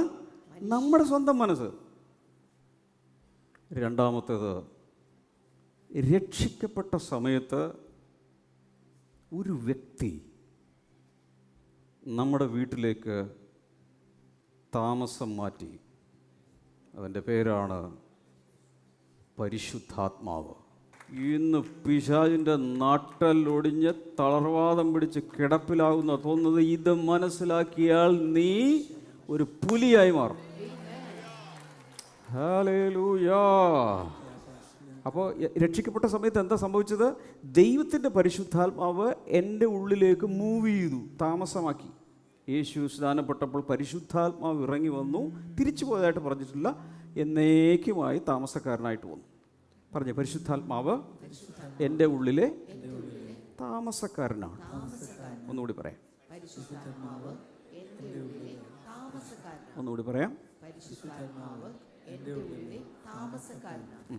ഈ പരിശുദ്ധാത്മ വന്നപ്പോൾ കുറേ സാധനങ്ങളും കൊണ്ടാണ് വന്നത്. വെറുതെ ഒറ്റയ്ക്ക് വെറും കൈയോടെ അല്ല വന്നത്. അവൻ എൻ്റെ ഉള്ളിലേക്ക് കൊണ്ടുവന്നതാണ് ക്രിസ്തുവിൻ്റെ മനസ്സ്. ഓൾറെഡി അകത്തുണ്ട്. വ്യത്യാസം. ഇത് കണക്ട് ചെയ്തിരിക്കുന്നത് എൻ്റെ സ്പിരിറ്റിനോടാണ്. ക്രിസ്തുവിൻ്റെ മനസ്സ് എൻ്റെ സ്പിരിറ്റുമായി കണക്ട് ചെയ്തിരിക്കുക. കാരണം പരിശുദ്ധ ആത്മാവ്, അത് ആത്മാവാണ്. എനിക്കൊരു ആത്മാവുണ്ട്. ഇത് രണ്ടും കൂടി ചേർന്നു. 1 കൊരിന്ത്യർ 6:17 പറയുന്നത് അതാണെന്ന് തോന്നുന്നു. ക്രിസ്തുവിനോട് പറ്റിച്ചേരുന്നവൻ അവനുമായി ഏകാത്മാവാകും.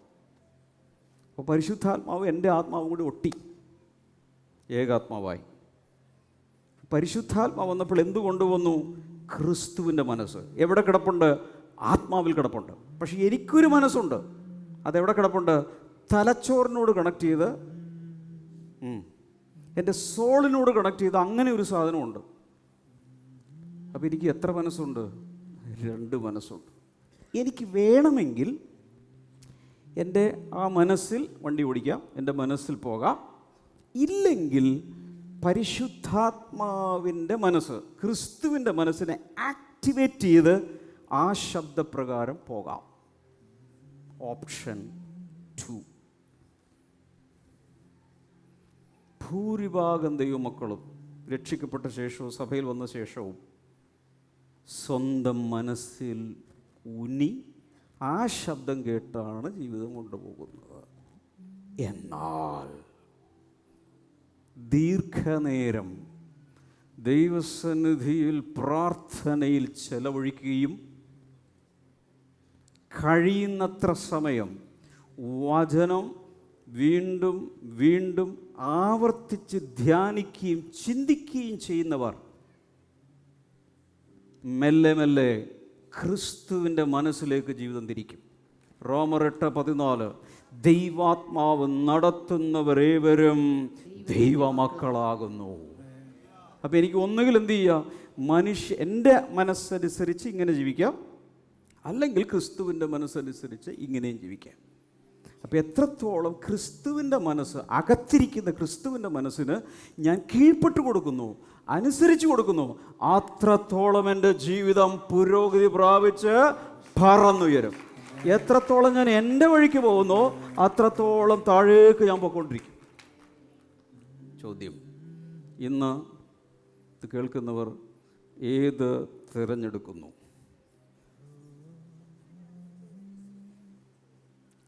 സ്വന്തം വഴികളിൽ നടക്കാൻ, സ്വന്തം മനസ്സിനനുസരിച്ച് തോന്നിയതുപോലെ, എനിക്ക് തോന്നുന്ന പോലെ ജീവിക്കാൻ താല്പര്യമുള്ളവർ കൈ ഉയർത്തുക.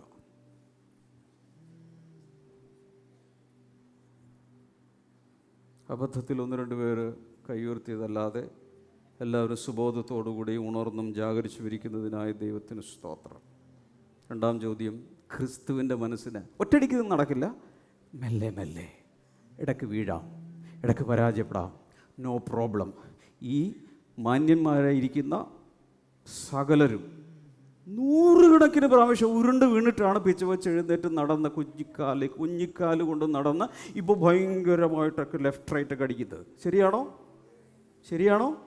അങ്ങനെ വീണപ്പോൾ നമ്മുടെ അപ്പനമ്മമാർക്ക് ദേഷ്യവും നമ്മളെ തല്ലിക്കൊന്നിരുന്നെങ്കിൽ ഇന്നുണ്ടാകുമായിരുന്നോ? അങ്ങനെയെങ്കിൽ സ്വർഗത്തിലെ പിതാവ് അനേക പ്രാവശ്യം വീണാലും നിന്നെ തല്ലിക്കൊല്ലില്ല, കൈപിടിച്ച് നടത്തുന്നവൻ. സഭയോടായി ചോദിക്കുന്നു,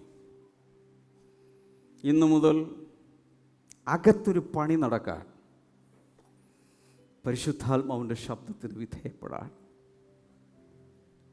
ആ ശബ്ദം കേട്ട് ക്രിസ്തുവിൻ്റെ മനസ്സിലും സ്വഭാവത്തിലും വളരാൻ താല്പര്യമുള്ളവർ മാത്രം വലതുകരം ഉയർത്തണം. എല്ലാ സഭകളിലും വീടുകളിലും നിങ്ങളെവിടെയാണെങ്കിലും എഴുന്നേറ്റ് നിൽക്കണം. കൈകൾ നെഞ്ചിൽ വെച്ച് എന്നോട് ചേർന്ന് ആത്മാർത്ഥ ഹൃദയത്തോടെ പ്രാർത്ഥിക്കുക. ഉറക്കെ പറയാം, എന്നിലുള്ള ഉറക്കെ എല്ലാവരും ചേർന്ന് ക്രിസ്തുവിൻ്റെ മനസ്സിന് എന്നെ തന്നെ ഞാൻ വിധേയപ്പെടുത്തുന്നു. എന്നിലുള്ള മാനുഷിക മനസ്സിനെ ഞാൻ മാറ്റിവെക്കുന്നു. പരിശുദ്ധാത്മാവേ, എന്നിലേക്ക് ക്രിസ്തുവിൻ്റെ മനസ്സിനെ കൂടുതൽ വെളിപ്പെടുത്തണമേ. ആ കണ്ണടച്ച് നിൽക്കുമ്പോൾ തന്നെ ഒന്ന് ധ്യാനിക്കുക. ക്രിസ്തുവിൻ്റെ മനസ്സ് വെളിപ്പെട്ടാൽ എന്ത് സംഭവിക്കും? സ്നേഹം, സന്തോഷം, സമാധാനം, ദീർഘക്ഷമ, ദയ, പരോപകാരം, വിശ്വസ്തത, സൗമ്യത, ഇന്ദ്രിയജയം, ഇതൊക്കെ വെളിപ്പെടാൻ തുടങ്ങും. പ്രശ്നങ്ങൾ വേഗത്തിൽ പരിഹരിക്കപ്പെടും. ബന്ധങ്ങൾ വേഗത്തിൽ നേരെയാകും. കുടുംബത്തിൽ സമാധാനം, സഭയ്ക്കകത്ത് സമാധാനം, വിള്ളലുകളില്ല, ഭിന്നതകളില്ല. എല്ലാവരും ക്രിസ്തുവിൻ്റെ മനസ്സിലേക്ക് വളർന്നാൽ, ആ പക്വതയിലേക്ക് വളർന്നാൽ, വാ, ഒന്ന് ദർശനത്തിൽ കാണാൻ. എനിക്ക് ചിലരെ അറിയാം. ചർച്ചിനകത്ത് ആദ്യകാലങ്ങളിൽ വരുമ്പോൾ അവർക്ക് നിസ്സാര കാര്യങ്ങളെ പോലും ഭയപ്പെട്ടിരുന്നു. ശരീരത്തിൽ എവിടെയെങ്കിലും ഒരു ചെറിയ പാട്, അയ്യോ എന്താ സംഭവിക്കാൻ പോകുന്നു, എന്തിനേയും ഏതിനേയും ഭയപ്പെടുന്നവരെ ഞാൻ കണ്ടിട്ടുണ്ട്. ഇന്ന് അവരൊക്കെ സിംഹമുഖന്മാരും സിംഹമുഖികളുമായി മാറി. ഒന്നിനെയും അവരിപ്പോൾ ഭയപ്പെടുന്നില്ല. കാരണം ക്രിസ്തുവിൻ്റെ മനസ്സ് അവരിൽ വെളിപ്പെടാൻ തുടങ്ങി. ഇവിടെ നിൽക്കുന്ന എല്ലാവരെക്കാളും മാനസികമായി ബലഹീനനായിരുന്നു ഞാൻ ഒരു കാലത്ത്. ഒന്നിനും ധൈര്യമില്ലാത്ത ഒരു ബലഹീന മനസ്സിൻ്റെ ഉടമയായിരുന്നു ഞാൻ. എന്നാൽ ദൈവത്തിൻ്റെ വചനം കൂടുതൽ കൂടുതൽ അകത്തോട്ട് വരാൻ തുടങ്ങിയപ്പോൾ, ദൈവത്തിൻ്റെ പരിശുദ്ധാത്മാവിനിൽ ഓപ്പറേറ്റ് ചെയ്യാൻ തുടങ്ങിയപ്പോൾ, എൻ്റെ അകത്ത് ഒരു പണി നടക്കാൻ തുടങ്ങി. Your mind is the construction site of the Holy Spirit. വർഷങ്ങൾക്ക് മുമ്പ് ഞാൻ ഇന്ന് ഓർക്കുന്നൊരു സഹോദരിക്ക് വേണ്ടി ഞാൻ കൈവച്ച് ഇങ്ങനെ പ്രാർത്ഥിക്കുന്ന സമയത്ത് പരിശുദ്ധാത്മാവ് പറഞ്ഞു, ഇവളുടെ അകത്ത് ഒരു ഉരുക്ക് മനസ്സിനെ ഞാൻ വാർത്തെടുക്കാൻ പോവുക. ഞാൻ ഇന്നും ഓർക്കുന്ന ആ കാര്യം. ഞാൻ ഇന്ന് രാവിലെ വചനം ധ്യാനിക്കുമ്പോൾ ഈ സംഭവം എൻ്റെ ഉള്ളിൽ കൊണ്ടുവന്നു. അതിൻ്റെ അർത്ഥം നിങ്ങൾ പറ. അതിൻ്റെ അർത്ഥം ഇന്ന് ഇത് കേൾക്കുന്നവരുടെ അകത്ത് തൊട്ടാവാടിയല്ല, ബബിളല്ല, വെള്ളത്തിലെ കുമിള പോലെയല്ല, എന്നേക്കും ഉറച്ചു നിൽക്കുന്ന സിയോൻ പർവ്വതം പോലെ ഉറച്ചു നിൽക്കുന്നൊരു മനസ്സ്, പതറിപ്പോകാതെ വിശ്വാസത്തിൽ, വിശുദ്ധിയിൽ, കൃപയിൽ ഉറച്ചു നിൽക്കുന്നൊരു ആന്തരിക മനുഷ്യൻ നിന്റെ അകത്ത് പണിയുവാൻ പണിക്കാരനായ കർത്താവ് നിന്റെ അകത്ത് വന്ന് താമസം തുടങ്ങിയിരിക്കുന്നു. നിന്റെ കൺസ്ട്രക്ഷൻ സൈറ്റിൽ തന്നെ ഓഫീസ് തുറന്ന് ഈ എഞ്ചിനീയർ, ഈ ആർക്കിടെക്ട്, ഈ പണിക്കാരൻ പണിതുകൊണ്ടിരിക്കുക. സഹകരിക്കാമെങ്കിൽ കൈകൾ അടിച്ചു പറ, പരിശുദ്ധാത്മാവ് പണിയണമേ, എന്നെ പണിയണമേ, എന്നെ പണിയണമേ, എന്നെ പണിയണമേ.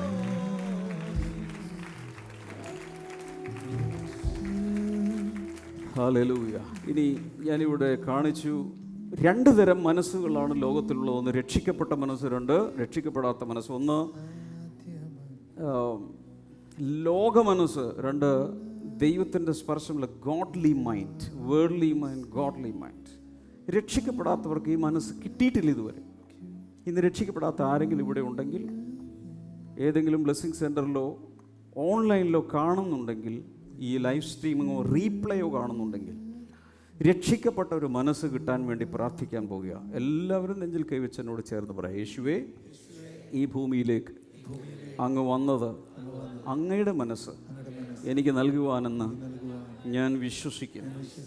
അതിനാൽ എൻ്റെ വീഴ്ചകൾ, എൻ്റെ പാപങ്ങൾ, എൻ്റെ ശാപങ്ങൾ, എൻ്റെ മരണം സകലത്തിനു വേണ്ടി കാൽവരി ക്രൂശിൽ അങ്ങ് മരിച്ചതിനായി നന്ദി പറയും.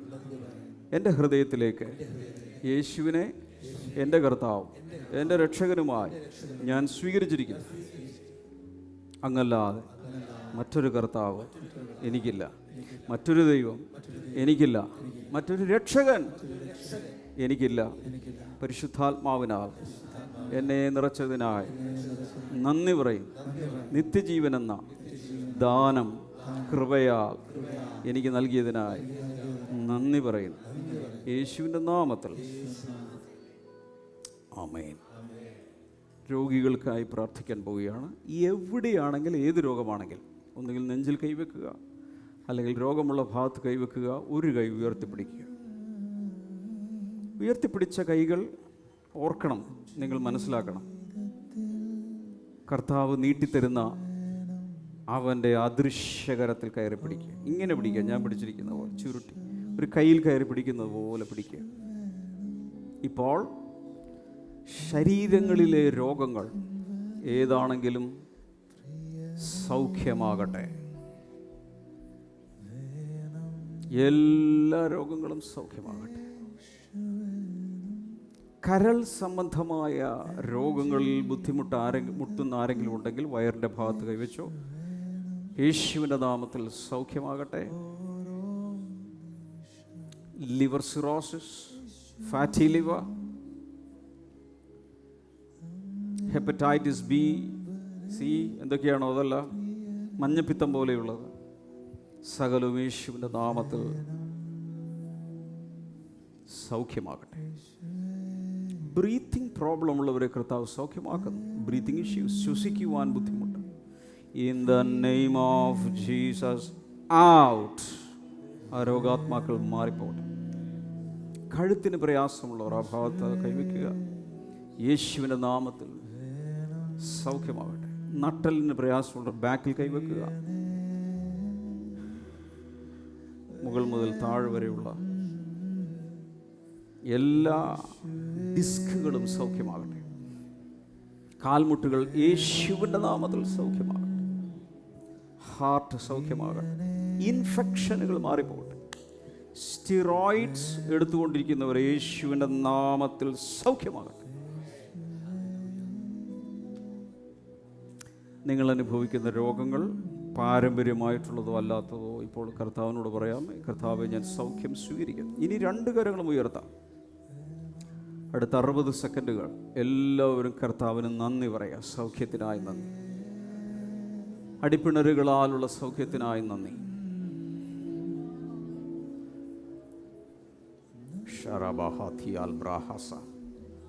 ഞാൻ ഈ പറയുന്ന കൈ ഉയർത്തിയിരിക്കുന്ന നിമിഷം ചില ശരീരങ്ങളിൽ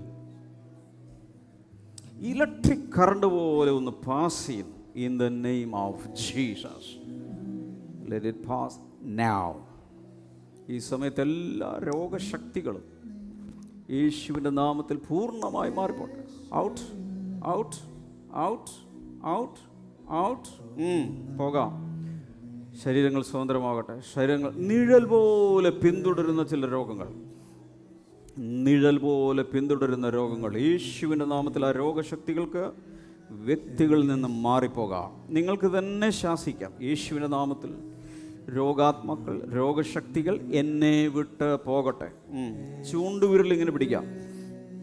എന്നിട്ട് പറയുക, യേശുവിൻ്റെ നാമത്തിൽ രോഗാത്മാക്കൾ, രോഗശക്തികൾ എന്നെ വിട്ട് പോകട്ടെ. ചൂണ്ടുവിരലെടുത്ത് പറയുക, യേശുവിൻ്റെ നാമത്തിൽ രോഗാത്മാക്കളും രോഗശക്തികളും എന്നെ വിട്ട് പോകട്ടെ. പറ, യേശുവിൻ്റെ നാമത്തിൽ രോഗാത്മാക്കളും അടിപ്പിണരുകളാലുള്ള സൗഖ്യം ഞാൻ സ്വീകരിച്ചിരിക്കുന്നു. പറഞ്ഞേ, അടിപ്പിണരുകളാലുള്ള സൗഖ്യം ഞാൻ സ്വീകരിച്ചിരിക്കുന്നു. എന്നെ സൗഖ്യമാക്കിയതിനായി നന്ദി പറയുന്നു. Hallelujah, hallelujah. എൻ്റെ ഉള്ളിൽ മനസ്സിലാക്കണം, പലരെയും കർത്താവ് സൗഖ്യമാക്കിയിരിക്കുന്നു.